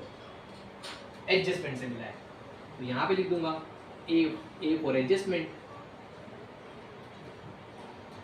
फिर सब में आगे कहता है कि आपको और भी 5% का डाउट है कि आपका पैसा नहीं आएगा 5%। ठीक है भाई, कोई बात नहीं, निकालना पड़ेगा 5%। तो अब नहीं आने वाला है, उसको हम आरडीडी कहते हैं। आरडीडी 5% मीन्स 5% मेरा पैसा नहीं आने वाला, और भी डाउट है। तो वो आरडीडी देखो मैं यहाँ पे निकालता हूँ, ये मिटा देता हूँ मैं ताकि जगह हो जाए। डायरेक्ट भी कर सकते हैं बट ठीक है 5%। जैसे कि यहाँ पर कितना होगा डायरेक्ट, 1 0 कम करो तो 10% निकल जाएगा, मीन्स 1910 हो जाएगा। इसका डिवाइड कर दूंगा मैं, मतलब हाफ कर दूंगा मैं, तो 5% मिल जाएगा। तो यहाँ पे आ जाएगा 950 960 अमाउंट आएगा आसपास समथिंग है। देख लो यहाँ पर फिर भी 5% हम निकाल लेते हैं। वर्किंग नोट नंबर 4, हम आरडीडी निकाल रहे हैं, हमको और डाउट है 5% करके नहीं आएगा। तो हमेशा याद रखो जो बचा हुआ अमाउंट होता है ना उस पे निकालना आरडीडी। 21,600 पे मत निकालना, तो गलत हो जाएगा। अब क्योंकि उसमें से कंफर्म लॉस तो माइनस हो चुका है, अब जो बचा हुआ अमाउंट है उसके ऊपर चांसेस है कि और 5% लॉस होगा। तो आपका आ गया 19,100 ना, हाँ 100 पे 5% निकालना है। तो नीचे लिख लेता ताकि कैलकुलेशन इजी हो। 19,100 पे 5%, तो 0 0 कैंसिल, ये आ गया 5 1 5,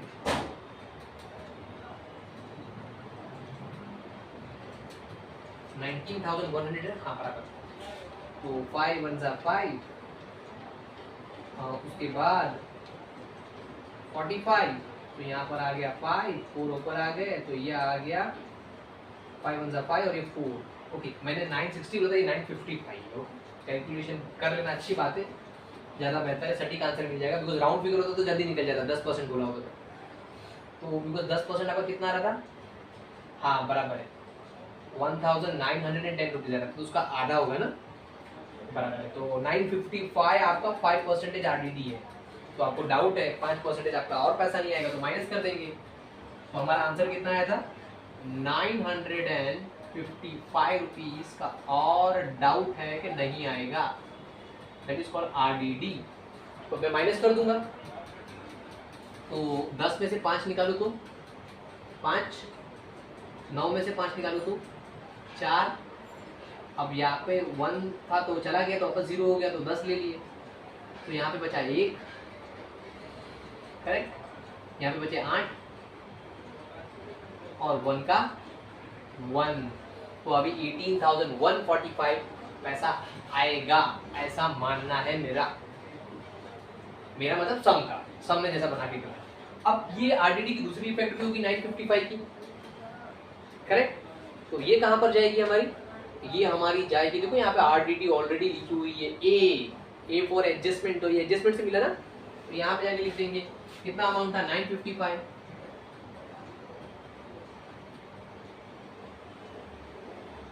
तो हम दोनों को ऐड कर देंगे, फाइनली फिगर सब खत्म हो गए, तो यहाँ पे ऐड करके बाहर लेकर आ जाएगा, तो यहाँ पे आ गया 5, वापस हो गया 5, यहाँ पर हो गया 14, 1 आ गए, तो ये हो गया 3, तो बाहर अमाउंट आ गया 3,455 टोटल आ गया, ओके, इन तीनों का प्लस। अब हमारी 2 एडजस्टमेंट है, एक ही एडजस्टमेंट है 8 नंबर पे, उसमें 2 एडजस्टमेंट है। कहता है कि आप इंटरेस्ट प्रोवाइड करो 18% पर एनम और फिर कहता है कि इंटरेस्ट ऑन ड्राइंग भी है 14% पर एनम, ओके। तो पहले मैं इंटरेस्ट ऑन कैपिटल प्रोवाइड कर देता हूँ, दैट इज 18%, रेट है वो 18% पर एनम, ओके।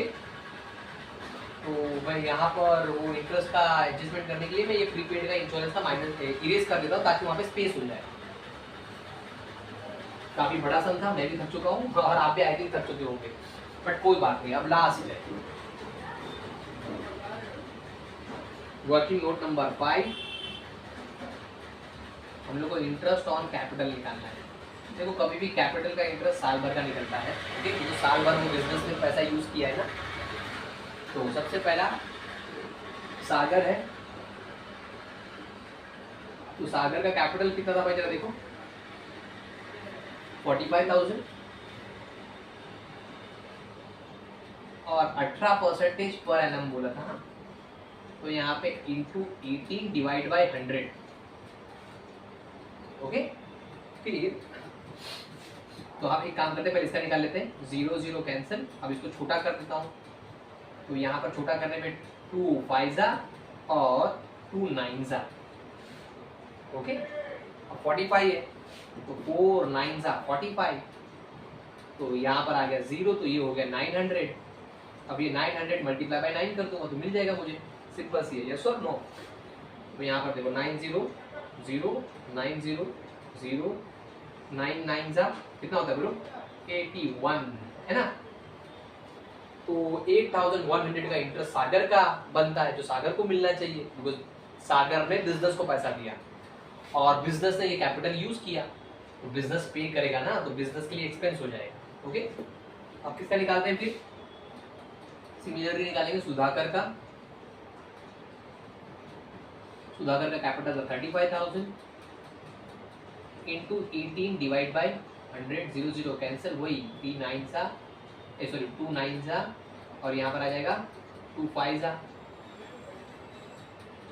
अब यहाँ पे तो यहाँ पे कितना आ जाएगा बताइए, 5 7 35 ना, तो ये हो गया 700, मल्टीप्लाई कर लेता हूँ, मिल जाएगा 0 0 और 7 9 कर लो या 9 7 कर लो, जरा समझ में आता है, तो 63। तो यहाँ पे कितना आंसर आ रहा है 6,300, और कितना आंसर आ रहा था 8,100। तो टोटल इंटरेस्ट कितना पे करना पड़ रहा है, तो टोटल इंटरेस्ट 0 0 4 और यहाँ पर आ गया 14, तो 14,400 का इंटरेस्ट आ रहा है टोटल। बिजनेस को पे करना पड़ेगा क्योंकि बिजनेस ने ये कैपिटल यूज किया है, तो बिजनेस कहाँ से पे करेगा, डेबिट से पे करेगा।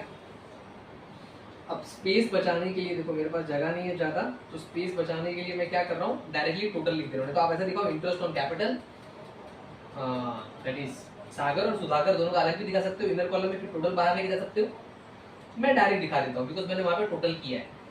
तो इंटरेस्ट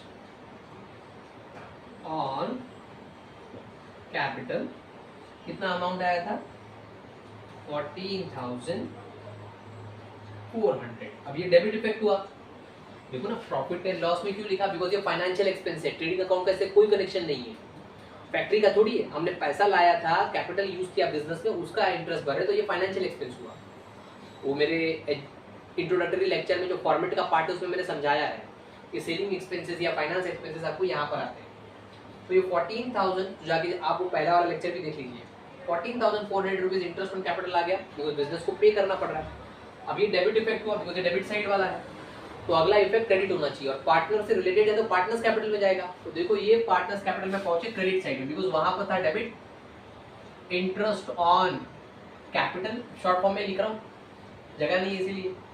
पर यहाँ पे देखो उसका डिस्टिंक्शन दिया है, यहाँ पे टोटल नहीं डाल सकते बिकॉज वहां पे दो पार्टनर का नाम दे दो, मैंने यहाँ पे अलग अलग कैलकुलेट भी किया ना। 8,100 ये था सागर था और 6,300 था हमारा सुधाकर का। अब इसी तरह हमको इंटरेस्ट ऑन ड्राइंग भी कैलकुलेट करना पड़ेगा, बट यहाँ पे रिवर्स है, ड्राइंग कौन यूज कर रहा है, मींस ड्राइंग का मतलब होता है बिजनेस का पैसा पार्टनर यूज कर रहा है, तो पार्टनर बिजनेस को पैसा पे करेंगे, इधर बिजनेस की इनकम हो रही है और हमको business point of view account बनाना पड़ता है, समझे? तो ध्यान रखने का इस बात को। तो इंटरेस्ट ऑन ड्राइंग के लिए मैं ये जो कैपिटल का जो मैंने इंटरेस्ट ऑन पार्टनर्स कैपिटल का एडजस्टमेंट किया उसको मैं इरेज कर देता हूँ ताकि मैं वहां पे ड्राइंग का इंटरेस्ट निकाल सकूँ। ओके, यहाँ पर देखिए working note interest on drawings है इस बार, ओके, और वो है 14% पर है। अब एक बात ध्यान से सुन लीजिए, इंटरेस्ट ऑन ड्राइंग निकालने से पहले आपको पता है कि कब आपके पार्टनर ने पैसा विड्रॉ किया, ऐसे कोई डेट मेंशन किया है कि अक्टूबर में, नवंबर में, दिसंबर में, जनवरी में, फरवरी में, कब पैसा निकाला उसने? ड्राइंग का मतलब होता है कि बिजनेस से विड्रॉ करके पर्सनल यूज के लिए पैसा लेकर गया, बट आपको डेट दिया है कि कब निकाला। तो जब कभी भी डेट ना दिया हो, मंथ ना दिया हो कि कब पैसा निकाला है, तो अभी क्या करना पड़ेगा, हम साल भर का इंटरेस्ट नहीं दे सकते, तो ऐसे में हमको सिर्फ 6 मंथ का इंटरेस्ट देना पड़ता है। हम ऐसा मानते हैं कि बिजनेस स्टार्ट हुआ उसके बाद 6 महीने कंप्लीट हुए उसके बाद ये ड्राइंग्स हुई होगी, ऐसा अज्यूम करना पड़ता है सम सॉल्व करने के लिए। तो यहाँ पे जो भी इंटरेस्ट पे होगा वो कितने मंथ के लिए पे होगा, 6 मंथ के लिए पे होगा। अब यहाँ पे पे मतलब कौन पे करेगा, अभी पार्टनर्स पे करेंगे। क्यों? क्योंकि पार्टनर ने बिजनेस का पैसा यूज किया है, तो बिजनेस की तो इनकम है, जो पैसा यूज करेगा वो इंटरेस्ट पे करेगा ना, तो बिजनेस की तो इनकम हो गई और पार्टनर का एक्सपेंस हो गया। तो हमको पार्टनर का अकाउंट नहीं बनाना है, हमको तो बिजनेस का अकाउंट बनाना है, तो बिजनेस की इनकम हो रही है, बट 6 मंथ के लिए इंटरेस्ट आएगा। ओके, यहाँ पर देखिए, आप बोलोगे सर कैपिटल में भी तो डेट नहीं दी थी। अरे मेरे भाई, कैपिटल तो हम स्टार्टिंग से यूज करते हैं बिजनेस के, क्योंकि स्टार्टिंग में ही वो कैपिटल लगता है, तो वो पूरे साल भर के लिए होता है, समझे? ओके, तो सबसे पहला सागर का, तो सागर का अगर आप देखोगे तो 4,500 इंटू 14% का जीरो नीचे इंटू 6 डिवाइड बाई 12, बिकॉज हमको 6 मंथ के लिए ड्राइंग्स का इंटरेस्ट निकालना है। बहुत इंपॉर्टेंट बात ध्यान में रखना, क्योंकि डेट नहीं दिया है। तो यहाँ पर मैं 0 पहले कैंसिल कर देता हूँ। अब ये 6 2 हो गया और ये 2 7 हो गया। अब 7 से मल्टीप्लाई कर दो, 7 5 35, 3 इधर आ गए, तो ये हो गया 28 बराबर। यहाँ पर आ गया 28, 29, 30 बिकॉज 2 यहाँ पर थे ना, तो ये आ गया हमारा 7 5 35, 5 आ गए, 3 यहाँ पे चले गए, सॉरी 3 यहाँ पे चले गए, तो ये आ गया 28, 28 और ये 3, तो यहाँ पर आ गया 31, 28, 29, 30 और 31। ओके, तो यहाँ पर आपको 315 रुपये आ रहे हैं इंटरेस्ट सागर का 6 महीने के लिए। और अभी सुधाकर का निकाल लेंगे, तो सुधाकर का अमाउंट था 6,500 into 14 divide by 100 into 6 divide by 12 करना पड़ेगा ना सेम, तो 2 0 0 कैंसिल, ये आ गया आपका 7, तो 7 से मल्टीप्लाई करेंगे, 7 5 35, वापस यहाँ पे 5 आ गए, यहाँ पे 3 आ गए, 6 7 42 और ये 3 45 है ना। आप इसको टोटल करेंगे तो यहाँ पर आ गया 0, एक आ गया इधर, तो ये हो गया 7 और ये हो गए हमारे वापस 7। तो 770 रुपीज टोटल इंटरेस्ट बिजनेस को मिल रहा है ना। बिजनेस की तो इनकम हो रही है, ड्राइंग बिजनेस की इनकम है, ड्राइंग पे इंटरेस्ट बिजनेस की इनकम है। तो पार्टनर ने पैसा यूज किया तो पार्टनर पे करेंगे ना। तो इनकम कहाँ पे दिखाते हैं हम लोग? क्रेडिट साइड में दिखाते हैं, credit all income and gains. तो यहाँ पे बाय इंटरेस्ट ऑन ड्राइंग्स, देखो अभी मैं दोनों को सेपरेट दिखा सकता हूँ बिकॉज मेरे पास स्पेस है, यहाँ पे स्पेस नहीं था इसलिए मैंने यहाँ पे ऐड करके दिखा दिया। ओके, और ऐड करके दिखा दे तो भी कोई फर्क नहीं पड़ता। तो यहाँ पर सागर का 315 था और सुधाकर का 455 था, टोटल आ रहा है 770। ओके, ध्यान रखना इस बात को, आप टोटल भी दिखा सकते हो, कोई प्रॉब्लम नहीं होता। ये तो एक इफेक्ट हुई, ये तो क्रेडिट इफेक्ट हुई ना, बिकॉज बिजनेस की इनकम है। तो अगली इफेक्ट कौन सी होनी चाहिए? डेबिट होनी चाहिए, बिकॉज ये क्रेडिट साइड में लिखा है ना, तो क्रेडिट इफेक्ट हुई बिकॉज बिजनेस की इनकम थी। और प्रॉफिट एंड लॉस में क्यों लिखा? अरे ये फाइनेंशियल इनकम, इसका फैक्ट्री से क्या लेना देना है, इसीलिए प्रॉफिट एंड लॉस में लिखा। नंबर 2, अगर ये क्रेडिट हुई तो अगली डेबिट होनी चाहिए। तो डेबिट कहाँ पर जाएगी? पार्टनर से रिलेटेड है तो पार्टनर्स कैपिटल में, तो यहाँ पर आ जाएगी टू इंटरेस्ट ऑन ड्राइंग। यहाँ पर अमाउंट आ जाएगा, अलग अलग लिखना पड़ेगा ना, 315 और 455, ये आगे कंप्लीट। अब एक बार देख लेते हैं कि हमने सारी एडजस्टमेंट्स कंप्लीट कर ली है। हाँ, हमने क्लोजिंग स्टॉक की, डेप्रीसिएशन मशीन पे और फर्नीचर दोनों पे दिया। फिर हमने आउटस्टैंडिंग का भी किया दोनों। हाँ, इंश्योरेंस प्रीपेड का भी किया, गुड डिस्ट्रीब्यूटेड का भी कर लिया, अनइंश्योर्ड गुड्स का भी कर लिया। फिर बेडेड का और आरडीडी का दोनों का किया। प्रोवाइड इंटरेस्ट ऑन कैपिटल और इंटरेस्ट ऑन ड्राइंग, हमने सारी एडजस्टमेंट कर लिए। यहाँ पर हमने कैश इन हैंड, एक चीज़ हमसे छूट गई है, प्रिंटिंग एंड स्टेशनरी 1200, वो मेरे ध्यान से रह गया था लिखना, बिकॉज हम लोग जब नीचे आ रहे थे तो मैंने डायरेक्टली इंश्योरेंस लिख दिया एडवर्टाइजमेंट के बाद। प्रिंटिंग एंड स्टेशनरी छूट गया था, तो उसका एक इफेक्ट दे देते हैं 1200 रुपीज़ का। और प्रिंटिंग एंड स्टेशनरी आपका ऑफिस का खर्चा है, तो आप डेबिट में दिखाओगे यहाँ पर प्रॉफिट एंड लॉस के। ओके, वो ट्रायल बैलेंस में एक चीज छूट गई थी, मैं यहाँ पे लिख देता हूँ प्रिंटिंग एंड स्टेशनरी 1200। ओके, अब यहाँ पर कंप्लीट होती है हमारी सारी एडजस्टमेंट्स और सब कुछ। अब हमको क्या करना है? लास्ट में फाइनली टैली करना है। तो देखो यहाँ पर मैं टैली करने के लिए कैलसी का सहारा लूंगा। टैली करना मतलब कोई बड़ी बात तो है नहीं, खाली प्लस माइनस करना है आपको। ये सारा प्लस और ये सारा प्लस, फिर जो बड़ा बैलेंस होगा वो दोनों तरफ आएगा और छोटा बैलेंस माइनस हो जाएगा। ऐसा क्यों कर रहा हूँ? ताकि सब जल्दी कंप्लीट हो जाए, बिकॉज टैली करने में ही मुझे अगर कैलकुलेशन करने में ज़्यादा टाइम होगा तो वीडियो लंबा हो जाएगा। तो उसको शॉर्ट करने के लिए मैं कैलसी से टैली करता हूँ, बट आप हाथ से टैली करना प्लीज। ओके, आपको ये सब कुछ हैंड से करना है कंप्लीट। ओके, बिकॉज एग्जाम्स में आपको हाथों से करना है, वहाँ पे कोई कैलकुलेटर यूज करना अलाउड नहीं है। तो मैं तो कैलकुलेटर का सहारा लेता हूँ। तो यहाँ पर है, सबसे पहले देखो मैं क्या करूँगा, मैं डेबिट का बैलेंस निकाल लूंगा और क्रेडिट का बैलेंस निकाल लूंगा, दोनों का टोटल निकाल लूंगा और जो बड़ा बैलेंस होगा वो दोनों तरफ लिख दूंगा। तो ऐसे में क्या करने का, छोटा बैलेंस इसके नीचे लिख लेने का, ये लाइन के नीचे पेंसिल से, फिर जो बड़ा रहेगा वो पेन से लिखो, फिर माइनस करके बैलेंस में निकाल के। करेक्ट? तो देखो मैं कैसे फटाफट करता हूँ। सबसे पहला अगर आप देखोगे तो आपको है 1,13,500, फिर है यहाँ पर 60,000, फिर है 5,200 और है 1,600। तो यहाँ पर आपका आ रहा है 1,80,300।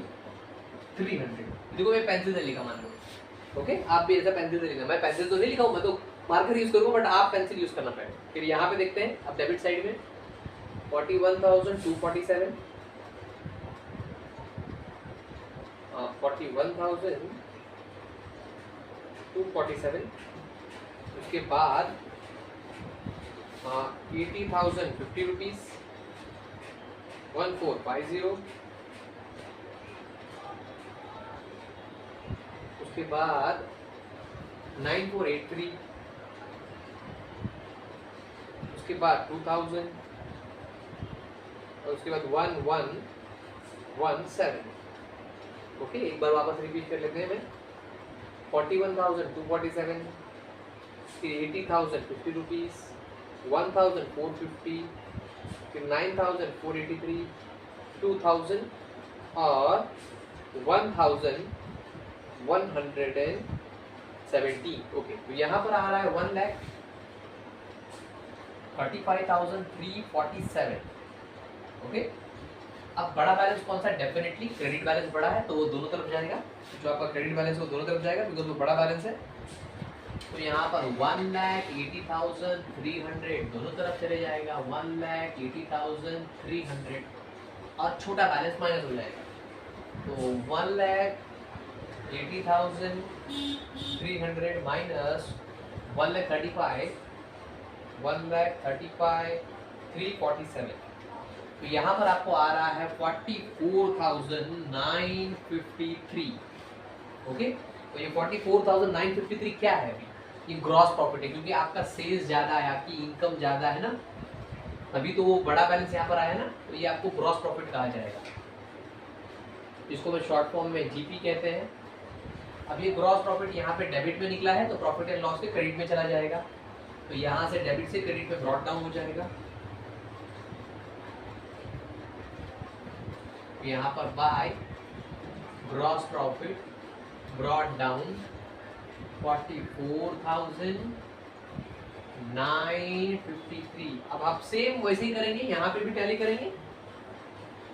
यहाँ पे तो देख लेता, चलो मैं हाथ से फटाफट करता हूँ। यहाँ पे आ गया आपका 3, यहाँ पर आ गया 12, 1 आ गया तो 10, 11 और ये आ गया 7 तो 18, वापस 1 कैरी हो तो 5, 6, 7 और वापस 4। तो यहाँ पे 47,823 आ रहा है। अब यहाँ पे चेक कर लेते हैं। अब इसके लिए मैं थोड़ा सा कैलसी यूज कर लेता हूँ, बिकॉज इसको बहुत टाइम लगेगा, मुझे सबको जल्दी कंप्लीट करना है। ओके, बिकॉज बहुत लंबा वीडियो हो जाएगा अदरवाइज।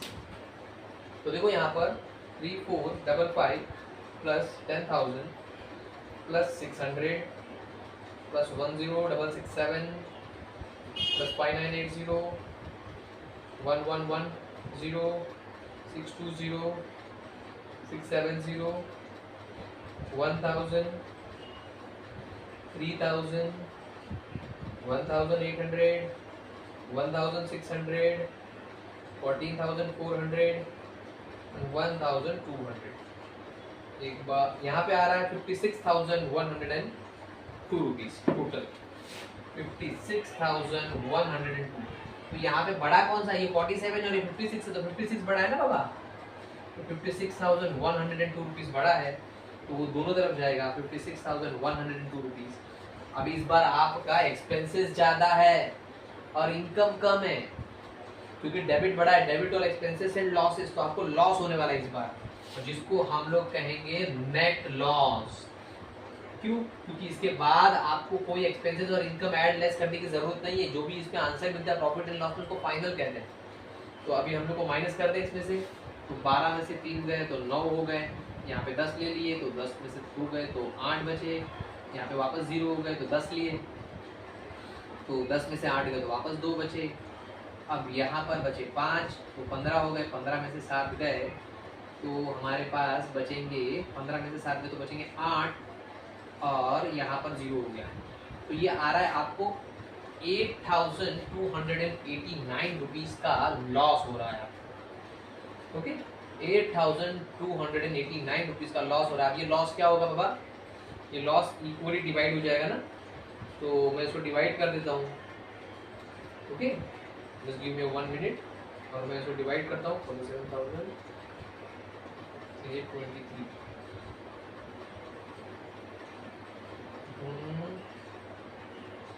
जो वापस एक बार कैलकुलेट कर लेता हूँ। यहाँ पर आ गया 12, 12 में 3 में तो 9, यहाँ पे बचा 9, तो 9 में से यहाँ पे 7 आई है, वेरी सॉरी। ओके, ये जो लॉस है 8,279 का, ये लॉस हम डिस्ट्रीब्यूट करेंगे हमारे पार्टनर्स कैपिटल में। यहाँ पर क्रेडिट है तो अगला डेबिट होगा, और रेशियो इनका इक्वल था, मतलब दोनों को हाफ हाफ देना है। तो मैं ये 8,279 को डिवाइड बाई 2 कर देता हूँ ताकि हाफ हाफ मिल जाए। तो यहाँ पर 4 ज़ा 1 और 3, अब 1 यहाँ पे आ गया तो 18 हो गया, तो 2 9 सा 18 होगा, और उसके बाद 1 बचेगा तो पॉइंट, और 1 बचा रहेगा तो उसका 0 लिखिए तो 2 5 आ जाएगा। मीन्स यहाँ पर 4139 रुपीज एक पार्टनर, 0.5 पैसा एक पार्टनर को मिलेगा। हम लोग आंसर डेसिमल में नहीं लिख सकते, पॉइंट में नहीं लिख सकते, बिकॉज कैलकुलेशन में आगे तकलीफ होगा। तो हमको क्या करना पड़ेगा, किसी एक को 1 रुपये ज्यादा देने पड़ेंगे और किसी एक को 1 रुपये कम देने पड़ेंगे। तो हम लोग एक काम करते हैं, ये 4139 यहाँ पे क्रेडिट में है, तो अगला बैलेंस डेबिट में होगा। नेट लॉस ब्रॉट डाउन, हम इसको 1 रुपये ज्यादा दे देते हैं, 4140 कर देते हैं इसका, और इसका हम 4139 रुपीज दे देते हैं। ओके, तो ये जो 0.5 था हमने उसको दे दिया मेरी सुधाकर को। अब हम आगे टैली करते हैं, मीन्स हमको अब कैपिटल अकाउंट टैली करना पड़ेगा। तो सेम जहाँ पे ज्यादा बैलेंस है वो दोनों तरफ, आपका क्रेडिट साइड पे ज्यादा बैलेंस है, तो उसी तरह हम क्रेडिट वाला पहले बड़ा बैलेंस दोनों तरफ लिख लेंगे। यहाँ पर आ रहा है आपका 41,300 और यहाँ पर आ रहा है आपका 53,100, तो दोनों तरफ लिख लेंगे 53,100 और 41,300। अब जो ऊपर का बैलेंस है उसका छोटा बैलेंस हम लोग कैलकुलेट करके इसमें से माइनस कर देंगे। तो ऊपर का अगर आप देखोगे तो यहाँ पर आ रहा है 14, तो 1 कैरी हो गया, तो 6 और ये 9, 1 यहाँ पर 5 9 और ये 10, 1 कैरी हो गया तो 7 और ये 11, यहाँ पर आ रहा है 11,094 रुपीज। और यहाँ पर चेक कर लेते हैं 5 5 8 और 9 और ये आ गया 8। अब बैलेंसिंग कर लें तो यहाँ पे आ गया 6, यहाँ पे हम लोग 9 आ गया तो 9 9 0 हो गया। अब यहाँ पे बचा 2, ओके, फिर यहाँ पर 0 आ गया और यहाँ पे बचा 3, यहाँ पे आ गया 6, फिर हमने यहाँ पे लिया 9 तो 9 वापस 0 हो गया, यहाँ पे बचा 2, 1 1 कैंसिल, और यहाँ पर ये 4 था और ये 1 था तो 3 बच गया। अब यहाँ पर देख लेते हैं 5 4, बिकॉज 9 बचा 5 गया, यहाँ पे 0 हो गया तो 10 लिए तो बचा 1, यहाँ पे 2 बचा तो 12 में से 8 गए तो 4 और यहाँ पे बचा 4, तो यहाँ पे आ रहा है 44,145।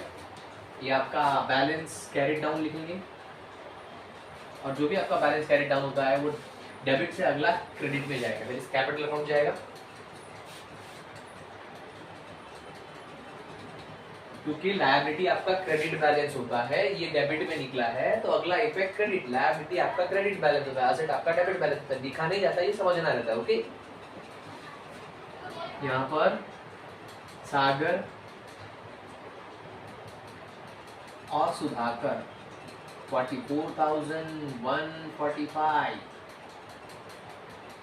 और 30,206, यहाँ पे आ गए 11, तो एक आ गया इधर तो हो गया 5, ये हो गया 3, ये आ गए 4 और ये आ गए 7, तो 74,351। अब टोटल कर ले इसका, तो यहाँ पर 1 7 8 8 और 5 13, 13 और 7 20 और ये 25, 2 कैरी फॉरवर्ड हो गए 7 और 6 13 18 19 19 और ये 26। वापस एक बार ये आ गया, इधर से कैरी फॉरवर्ड हुआ ना, एक हो गया 6, और वापस एक बार कर लेते, रुक जाए 1 7 8 8 और ये 13 और ये 20 20 25, 5 आ गया तो 2 कैरी फॉरवर्ड, 7 7 और 13, ये 18 19 19 और ये 26, तो 2 कैरी फॉरवर्ड हुए तो 5 और 6 हो गया हमारा 11 19 20 27, वापस 2 कैरी फॉरवर्ड हो गए 6 और ये 8 12 13 14 4 आ गए, 1 कैरी फॉरवर्ड हो गया 8, 9, 10, 11, 12। तो यहाँ पे आ रहा है 1,24,765। सिमिलरली यहाँ पे भी चेक कर लेते हैं। ये आ गया आपका 5 और ये आ गया आपका 4, 9, 9 और 7, 9 और 7 आपका आ गया यहाँ पर 6, 1 कैरी फॉरवर्ड हो गए। तो यहाँ पर आ गया आपका 1, 3, 4 और ये आपका आ गया 7। यहाँ पर आ गया 1, 8, 8 और ये 8, 16, 16 और ये 24। तो 4 आ गए तो 2 कैरी फॉरवर्ड हो गए, तो 2 और ये 3, 2 कैरी फॉरवर्ड हो गए ना,